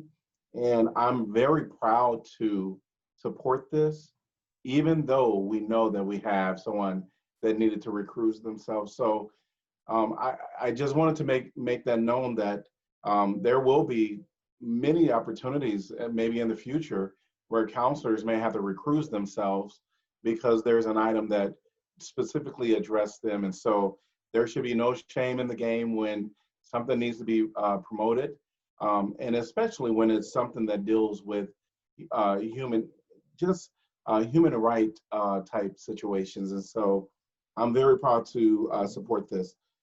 And the only other thing that I'm a little unclear on is what is the difference between the staff conversation with CWJ and the red line items. I am still a little confused on like what would be maybe the one thing that CWJ wanted changed with the red line items. Maybe if there's one thing that you can share with me would be the most critical, because as I look at the things with that staff mentioned with CWJ, it looks good to me. I do know that one of the speakers during public comment mentioned the burden for the staff in relationship to, I believe, in submitting reports, because they use a lot of volunteers. And so I guess I'm a little unclear as to what of these items, or maybe even one of these items, might be most burdensome that CWJ has kind of resubmitted to the county. Mayor, if I may, certainly if the CWJ representative wants to speak, they can tell you where they may have concerns. But I want to clarify that the red line version that I shared my screen, that was a red line markup of a county agreement. The city has not drafted an agreement yet. Mm-hmm. Our hope is that our agreement will be exactly the same, if not substantially similar, to the county. Therefore, when the CWJ is administering the program, they're not having to have this set of rules with the 40,000 from the county, another set of rules with the 25 from the city, and then another for their private funding. So we want to marry the two government fundings as close as possible. And based on the comments today from CWJ and Supervisor Porter, I think we'll be able to do that. If there's one point of negotiation, it's probably on the eligibility of expenses. And if that's something that the council feels strongly about, then you should discuss that tonight. And again, that difference is we have limited categories: rent, utilities, food, healthcare, childcare, whereas CWJ would like a broad definition of essential daily services, which again could get into any number of things. Again, the best example I can provide is clothes. So that's maybe the one difference that I note right now. But again, a CWJ representative may be able to point something out that I'm missing. Well, I think you clarified. I just wanted to just hear one more time, because I hadn't saw the red line before. And so I just wanted to be a little informed. I guess for me, I'm going to approve this or vote yes for this tonight. As far as the essential expenses for daily living or for daily life, I don't know what counselor thoughts are. I do know that, during COVID, novel things can come up. I don't know if, it's their program. I think I always, try to walk a fine line when we're trying to totally redefine or have somebody's program come into us totally and not give them that, I don't know, but I guess for me, I would entertain if anyone else thought that essential expense for daily living would be okay as a expense.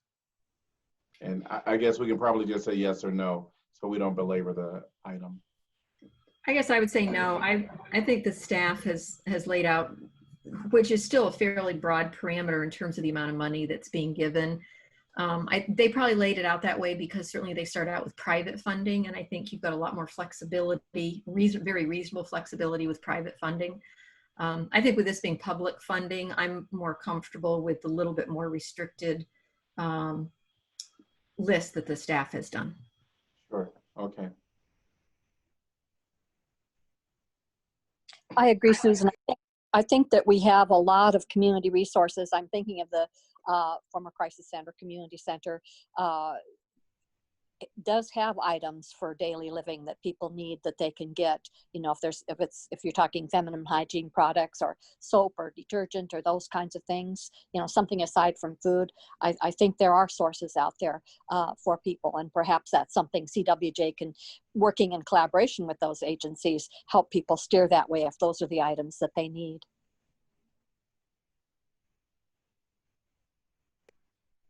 My suggestion would actually just be to have staff end up mirroring whatever the county does. Yeah, I'm okay with letting the staff and the council staff work this out. All right, I think we have an answer that will kind of not, unless anyone else wants to chime in. Certainly you have that opportunity. But it sounds like the majority of the council wants to go with what's already written. And of course, if there is some changes, that'll be between staff and CWJ. Are we comfortable now to make a vote? If I could, I just want to add one more really quick thing, which just has to do with going forward and the reasoning for using the emergency procedure going forward. Because I mean, all the legacy nonprofits and others, when they apply for something, they have to go through a fair process. I don't want that to happen this time. I just would really like for folks to honor that going forward with at least the emergency process. I think that's really good to have, but we do have one more request that we have to deal with, and that's Better Together. And that's not on this agenda, but it'll be on the next one. So I guess we'll have that discussion when it comes up. But nevertheless, it seems like we're ready to make a vote. So roll call, please. Taylor? Yes. Teague? Yes. Thomas? Yes. Weiner? Yes. Fergus? Yes. Mims? Yes. Saleh? Recuse herself. So motion passes 6-1 recusal. Moving, now we'll actually call Mayor Pro Tem back on the line.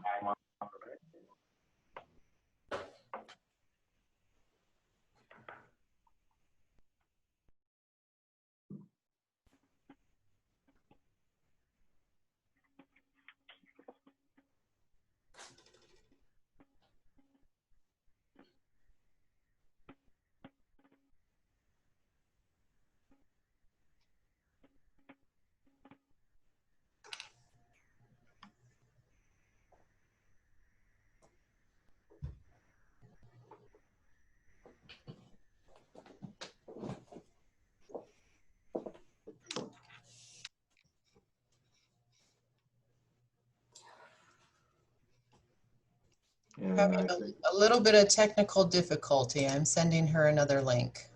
Okay.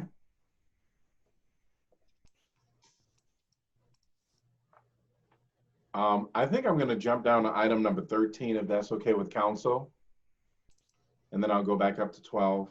This will just be announcing the vacancies. All right. Item number 13 is an announcement of vacancies previous. Planning and Zoning Commission, 1 vacancy to fill an unexpired term. Applications must be received by 5 p.m. July 28th, 2020. Airport Zoning Board of Adjustments, 1 vacancy to fill a 5-year term. Historic Preservation Commission, East College Street, 1 vacancy to fill a 3-year term. Historic Preservation Commission, North Side, 1 vacancy to fill a 3-year term. Historic Preservation Commission, Woodlawn, 1 vacancy to fill a unexpired term. Telecommunications Commission, 1 vacancy to fill a 3-year term. Vacancies will remain open until filled. And our Mayor Pro Tem is back. welcome back. Yes, so I did jump to number 13, and I'm going to jump back to number 12. Sure, thank you. Great, Okay. great. Could we get a motion to accept correspondence for 11? Oh, yes. All right. I'm going to jump back to number 11. Can I get Mayor Pro Tem will have the recruiter stuff. Can we get a motion to accept correspondence for item number 11? So moved, Taylor. Second, Mims. A roll call, please. Teague, Yes? Thomas, Yes. Weiner, Yes. Fergus, Yes. Mims, Yes. Taylor, Yes. and Saleh recuses for conflict of interest. Motion passes 6-1 recusal. Item number 12, assessment 1222 4th Avenue. Resolution adopting an assessment of schedule of unpaid mowing, cleanup of property, snow removal, sidewalk repair, and stop box repair charges, and directing the clerk to certify the same to the Johnson County Treasurer for collection in the same manner as property taxes. Can I get a motion to approve? So So moved, moved. Thomas. Second, Mims. Moved by Thomas, seconded by Mims. And I think I see Stan here. All right. Yep. Good evening, Council. Stan Laverman, Senior Housing Inspector. There was a report that was submitted for your information that summarizes the steps that the city took to resolve the issue at this property. For general background, it went through the usual steps. This one was a little bit more involved as there was multiple complaints at the same property, and those were laid out for you in the resolution to all of those. Just as a note, last year we had 887 tall grass and weed complaints, of which 22 had to be resolved by the city by having our third-party contractor removed. And we're down to one where we're having those charges contested. So our goal is to always have compliance, and it's best when it's resolved by the property owner. But we're here tonight. The report lays out the steps that were taken and the options and opportunities the property owner was given to resolve it, including paying the assessment. Additionally, there was submittals along with it. The site plan of the property kind of shows you the unique size of the property. We included photos of the cars that were in the yard at the time of the complaint, a couple different examples of the tall grass and weeds that we abated, and then the contractor photos of the work that was actually done. Let me know if you have any other questions. You said how many complaints he had? There was cars parked on the grass. There was trash and other debris in the yard. There was interior furniture that was left outside, and then the tall grass and weeds. So that would be 4 complaints. Like those public, they complain about him? Actually, this wasn't a public complaint. We were in the neighborhood responding to a complaint of vehicles on the grass, and the inspector drove around the block and came across another property with multiple cars on the grass. And have you give a warning for him to move all for 15 days, just like when you hang something on the door for grass? Yes. So there was multiple door tags left on the door. And the vehicles, that issue was resolved. The trash was resolved, and the furniture was moved, but the tall grass and weeds was not resolved without the city hiring a contractor to having it abated. I'm sorry, what's the last one? That is not The tall grass and weeds, the city actually had to hire a contractor to have it corrected. But that is, I did not, for somehow either I don't hear you well, or I did not get exactly what you're talking about. of the thing that he got ticket for? I know that you said some of the stuff removes furniture, trash. What the thing that he's not resolved it? The tall grass and weeds. Oh, okay. Again, weeds.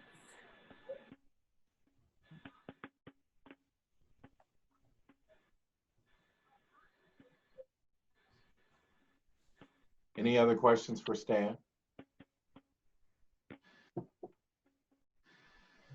All right, thank you.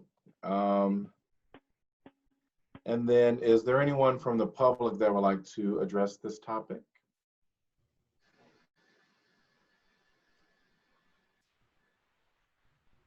If you would like to raise your hand. Seeing no one. Council discussion.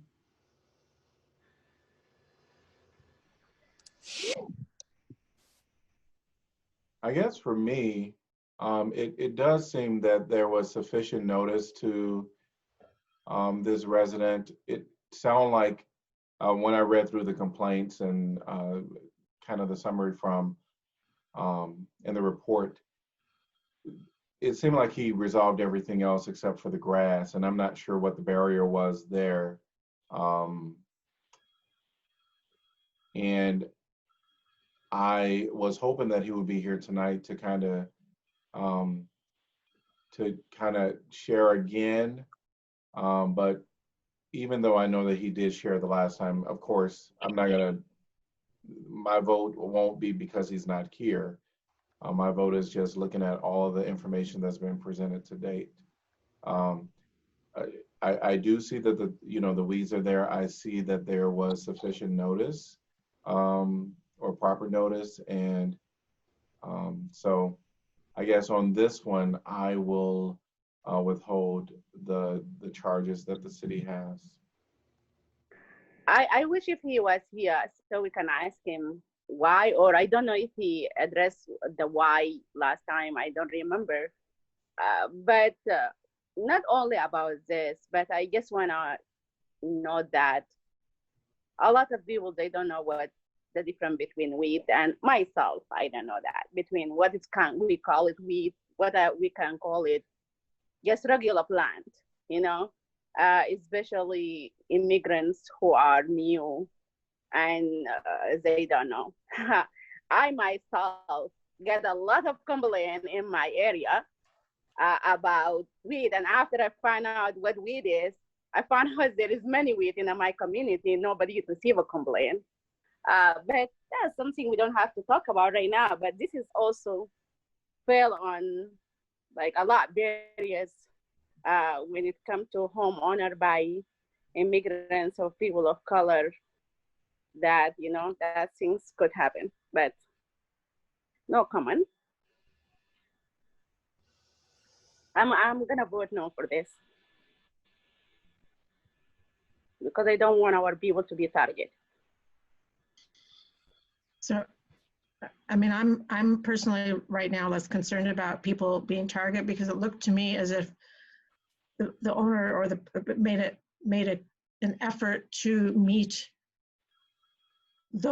most of the requirements that he was able to. My concern right now is, even though I understand the city has taken financial hits, my concern is charging someone right now $350 that they really may not be able to afford.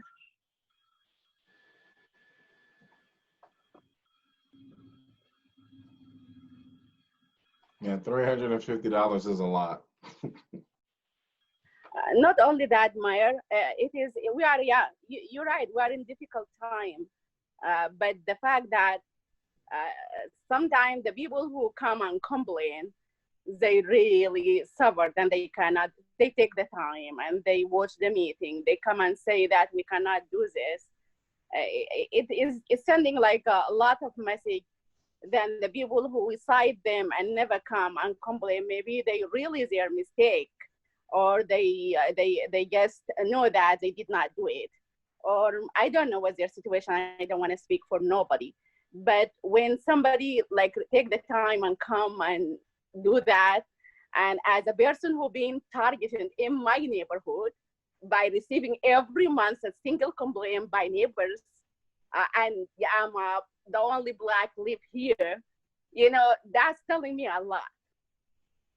And, you know, I was trying to come and protest it too at the city, but, you know, I just said, let us pay it because I'm a city council. I don't want to put myself in that position, but I'm going to vote no for this. Well, my thoughts on this is that there were multiple issues or complaints, which suggests to me there were multiple conversations on, you know, how to address the conditions. And so while I understand there can be often misunderstandings when it comes to what precisely is a weed and what isn't a weed, my sense is that through those ongoing conversations, there would have resulted sufficient clarity so that you know, the question of what was required in order to eliminate the weed condition was conveyed. So in this particular case, I'm supporting assessing the property for the contractor's work.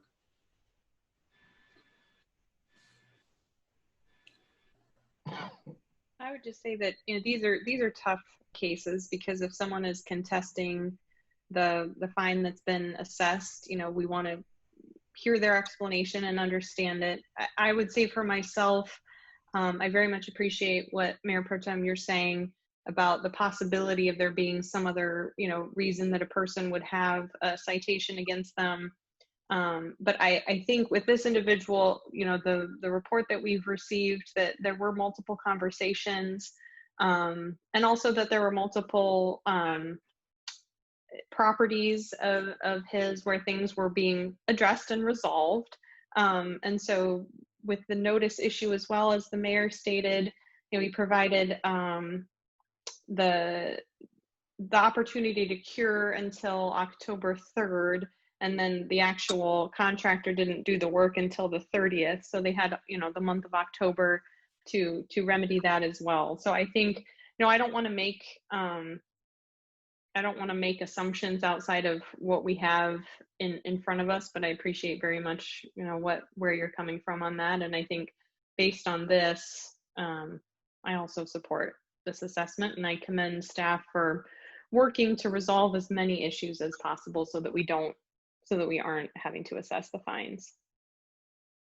Why should a person have multiple citations correct 3 out of 4 citations and not correct the last one? Why?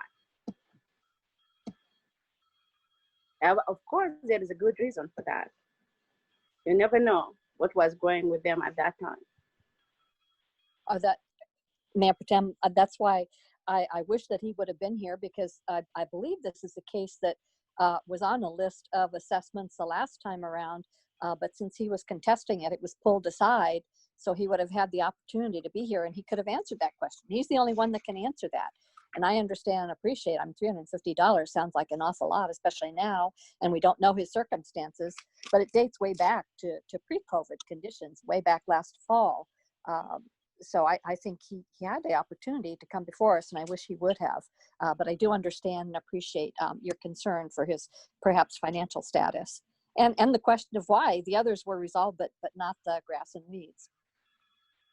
You never know what his situation that make him not come last time and protested, and he knew that we are boosting this, we are postponing this to this council meeting, and he's not showing up.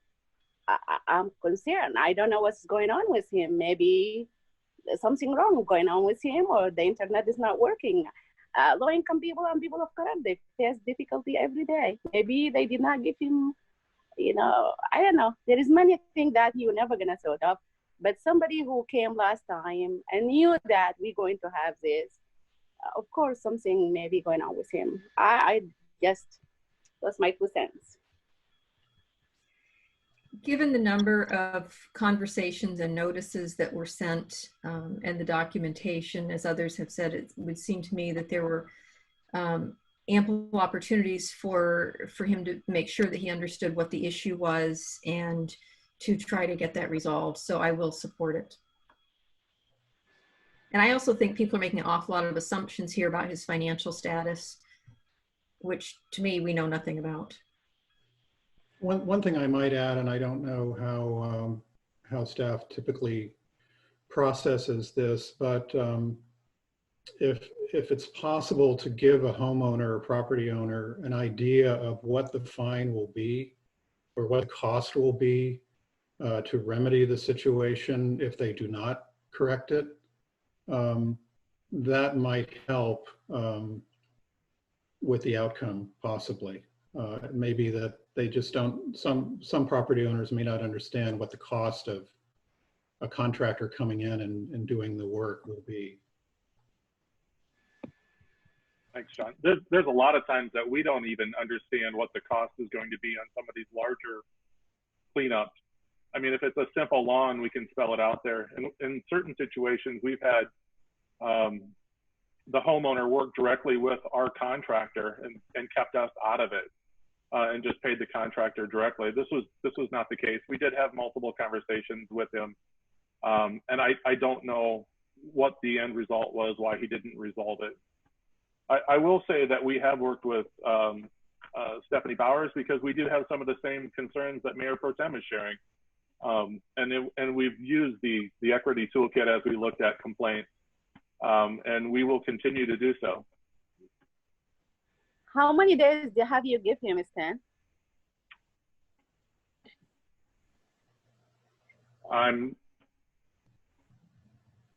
He had over a month to resolve it.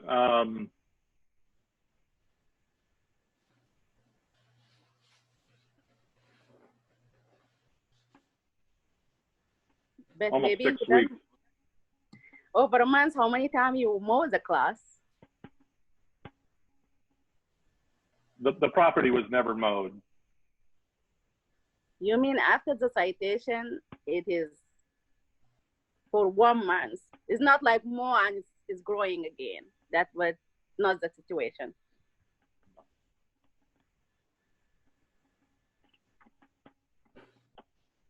Yeah, I think one of the challenges, at least for me, is that he's not here to tell his side of the story.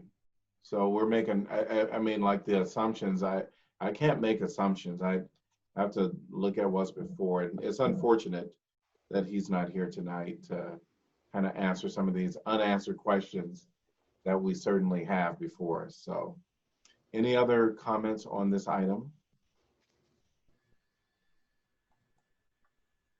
Okay, roll call, please. Thomas?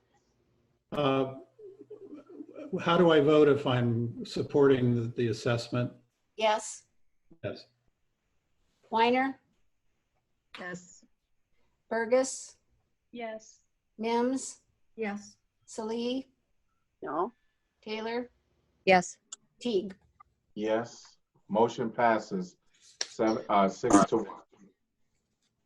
Item number 14, we are at community comment. And I've seen Ryan, I don't know if he's on anymore. There he is. Yes, hello. Good evening, council. So not too much to report outside of COVID-19. COVID is essentially everything that USG is working on currently.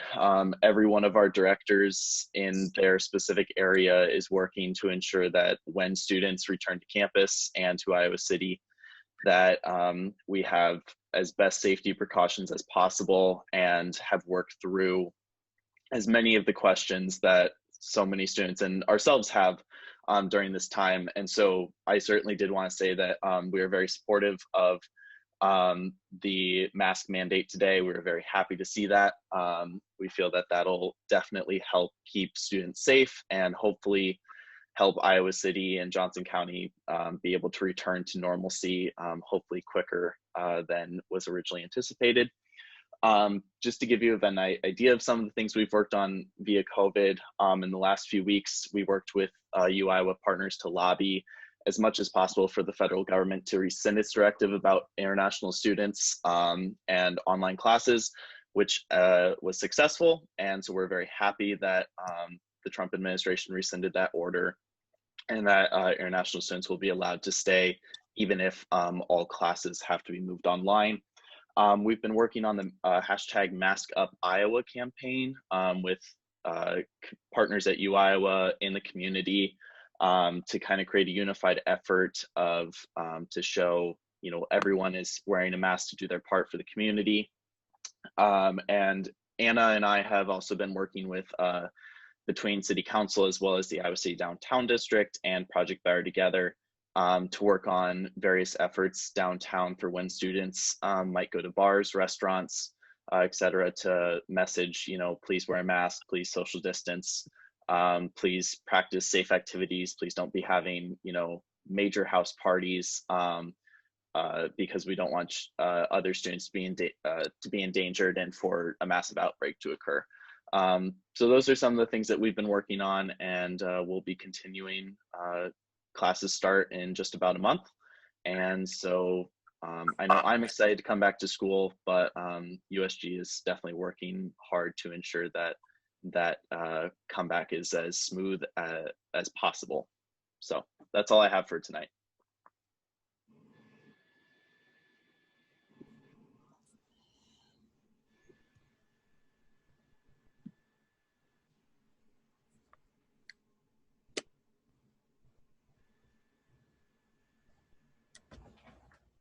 You're muted, Mayor. Can't hear you. All right, here I am talking to myself. I'm like, don't all talk at once. Thank you, Ryan. And we are on to item number 15, City Council updates.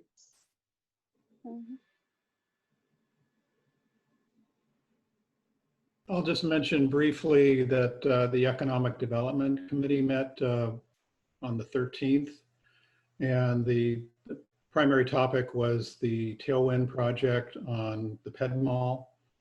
So I would encourage everyone on council, I know Jeff has mentioned to you, to all of us, that the meeting took place and encouraged everyone to look at it. And if anyone from the public is still watching us here, to take a look. It's a very important project for the Ped Mall.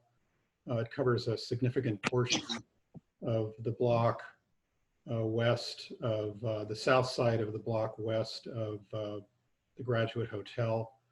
It's a $61 million project, so it's a major effort with historic preservation incorporated into it, affordable housing, the provision of nonprofit, the Riverside Theater, ground level commercial tenants, LEED certification status. It's a really long list of LEED Platinum, which if we were to do this, would be the first LEED Platinum multifamily project in the state of Iowa.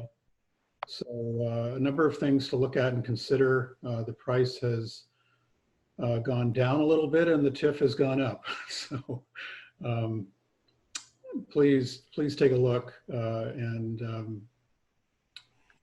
you know, take a look at it and see what you think.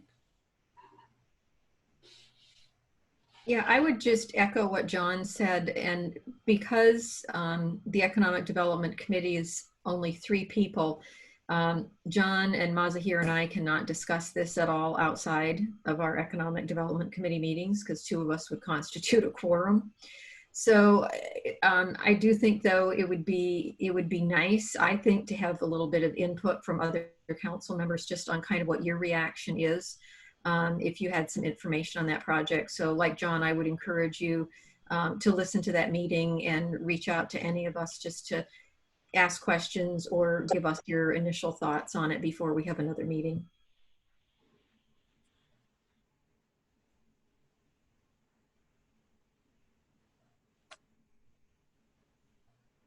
Any other updates?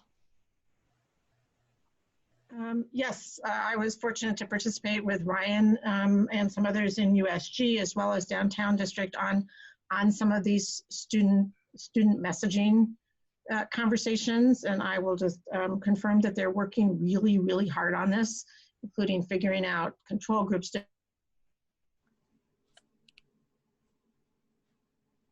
You froze. technical issues. Oh, it's getting late, I guess. Yep, so maybe she'll chime back in. Any other updates from counselors? Just I very do want briefly. to. Oh, Yeah, go ahead. please go right ahead. Well, thank you, Mayor. First of all, I just wanted to thank you for issuing the order today requiring face coverings for everyone. And I hope by now people have heard about it and will be reading it and complying. Just to note that it does inform businesses of their obligation to ensure that customers who come into businesses in any public setting have face coverings. So I just wanted to highlight that aspect of it. And thank you for that. And then for the City of Literature, we had a strategic planning session just last week, and which was a really fantastic opportunity to talk about the organization and where it might be headed in the future. So nothing really specific other than it's a great group of folks really thinking about how the work of the City of Literature can be leveraged in this moment in COVID, as well as I think addressing systemic racism and all the issues that council is talking about. So it was really inspiring. Great. And I was, of course, was going to make mention of the mask order. So you did that. Thank you. I also want to take an opportunity and sorry, Janice, Council Weiner isn't on right now, but I wanted to say thanks to all the council for all the extra work that you're doing. And I am reminded of when I became mayor, one of the things that council wanted was to feel as if we were a team in this movement, and that I was a team player. And I want to say that not only have I asked for help to be a team player, but people have really, really just showered with opportunities in doing whatever is needed as assisting me in doing this mayor role. So I really appreciate each and every one of you. Has been busy, as we all know, and taking on projects has been very helpful. So thanks to all the counselors for all you're doing. And I will be remiss if I didn't mention our staff and all the work that they're doing. I can tell you that the load is heavily lifted with competent staff that actually sits and listens and try to, they piece it all together when you don't even totally have your ideas together. So thanks to all of you. And our Mayor Pro Tem, I've appreciated working side by side with you. She was definitely weeks ago saying, do the mass order. And I'm like, I just need a little more time. So thanks to everybody and all the hard work that we're doing as a team. I really appreciate it. We'll continue to have our differences and disagreements at times, which is normal. That's what we need here and there. But I really appreciate all of you. Mayor, I did just get a text from Councilor Weiner asking if Kelly can upgrade her so she can rejoin as a panelist and finish her update. Yes, I see her there now.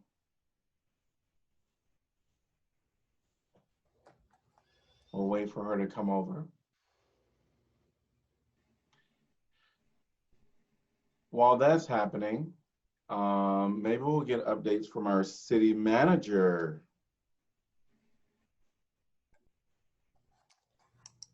Assuming Janice can come on, I don't have anything, but she and I were talking before about a mask purchase. So again, if Janice can't come on, maybe come back to me and I'll fill you in on that conversation. So I apparently been unmuted now, although I, for some reason, didn't let me come back on as a panelist. Nope.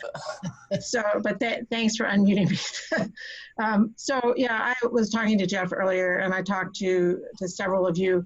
I mean, I really appreciate all the work that went into putting this mask order out, from Eleanor's drafting to Bruce's work and everybody else's work. It strikes me that one of the things that we really need to do is make sure there are as few barriers as possible to anyone actually wearing a mask or a face covering. And there may be many people who don't have them, can't afford them, maybe show up somewhere and forgot them. There are a whole variety of reasons that are not included under the category refuse to do this, don't want to do this. So I would really like to see the city do a mass purchase of PPE masks or whatever, so that they can be handed out through community organizations, and the downtown district and some nonprofits and so forth, so that we really take that barrier away. I would be in favor of that, and I would also include shields in that for those folks that maybe do have a fear of wearing a mask, and the shields aren't much more expensive than the masks. I've been wearing the one the city provided, and it's very comfortable, and I think that would be good, and I would be in favor of it. And perhaps if the city distributes, as well as places like the South District or even CWJ, to those folks that are in need of them, I think it's a great idea, and I'd be in favor of it. I think one thing that might be very important is for our law enforcement to have shield or face coverings when they do respond, because I think it's already been said that some people may have forgotten. It's not that they don't want to comply, they may not have one. And so I do think that that would be advantageous for law enforcement to come and, one, educate when they arrive, as well as have some face coverings available, because I do believe that people in our community, they're great, they want to comply. Mayor, if I may, we outfitted all of our police officers with extra masks today. So they have that ability, and they will seek compliance every step along the way. Our goal is to write no citations through this whole process, but rather to help people obtain the PPE they need and to understand not only the order, but the reason behind the order. Staff can certainly purchase masks, and we would look to nonprofit and perhaps business partners to distribute those. I think if you want to move forward on that, I think the guidance that I would like is whether you would intend these to be more one or few time use masks that may cost 75 cents to 80 cents per mask, or if you're looking at a more permanent solution to be handing out to the public, which could be anywhere from $3 or $4 to $7 or $8, depending on how high quality of a mask or shield that you want to provide. And I don't need you to give me a specific dollar number, but if you can kind of just point me in the right direction, that these are more intended for one-time use, someone that's entering a store that doesn't have one, someone that is maybe going to get a service from a nonprofit agency, we can buy those in bulk fairly inexpensively. But if you're going to move to the more expensive options that they can wear day in, day out, it's going to be a little bit more expensive to do so. This is Janice. I can't see anybody else. I apologize. My preference would be for like one or just a few time use, because we don't know if people will hold on to these, at least at this point. Yeah, my comment was going to be maybe a combination of two, primarily the one or few time use. And I guess the question, becomes, a lot of people will wear those multiple times, especially if they can't afford something else. And like you say, you don't know if they're going to hold on. But maybe for some of the nonprofits who would come in contact with more of the people who really need them and really can't afford them, maybe some smaller number of, like the cloth masks, that would be washable and reusable quite a bit. I think the one thing I'll say is we're probably going to be here a little while with COVID-19 and the need for people to wear masks. And so I would agree we want the combination of both, leaning more towards maybe situational needs. Nonprofits might need it, and who knows what might be a need for individuals that just reach out in our community as well.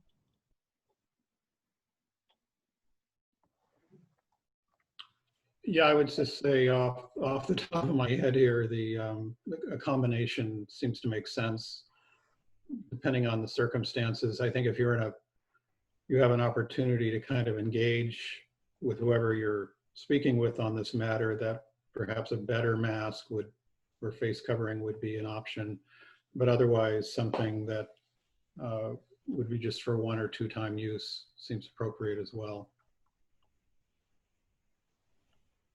My general preference would be to favor the more durable, reusable, washable masks. I think, to the mayor's point, we're going to be here for a long time, and I kind of have like one cloth mask and one face shield that I wash all the time and just keep using. But even just thinking about how much trash that would be generating if we were favoring the disposable ones, I guess that also plays into my urging that we have more durable.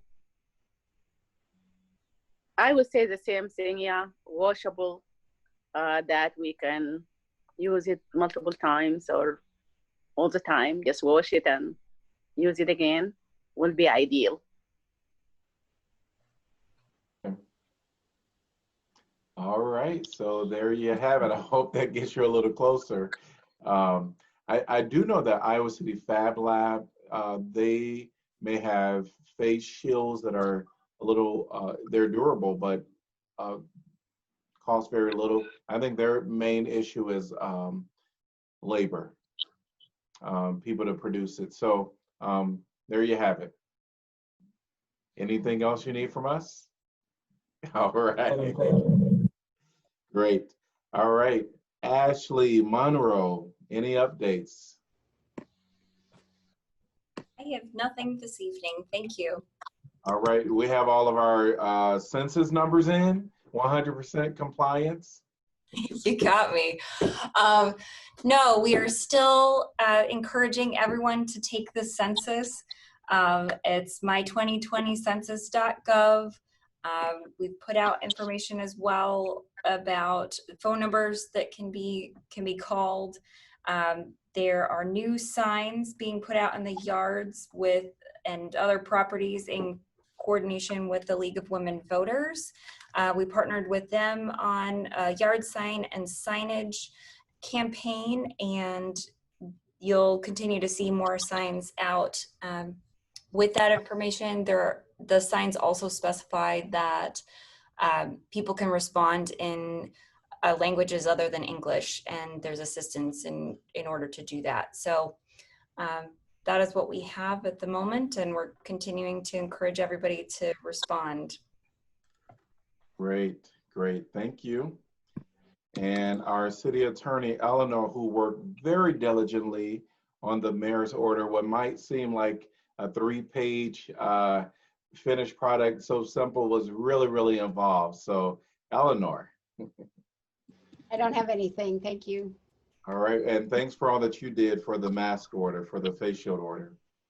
And our city clerk, Kelly. I have nothing. All right, thanks for navigating the technical issues that we had tonight, so thanks for that. We are at the last item, number 17, adjournment. I move, Taylor. All right. Second. All right, all in favor? Aye. Any opposed? Good night. Night. Thank you. Well, everyone. Everyone. Bye.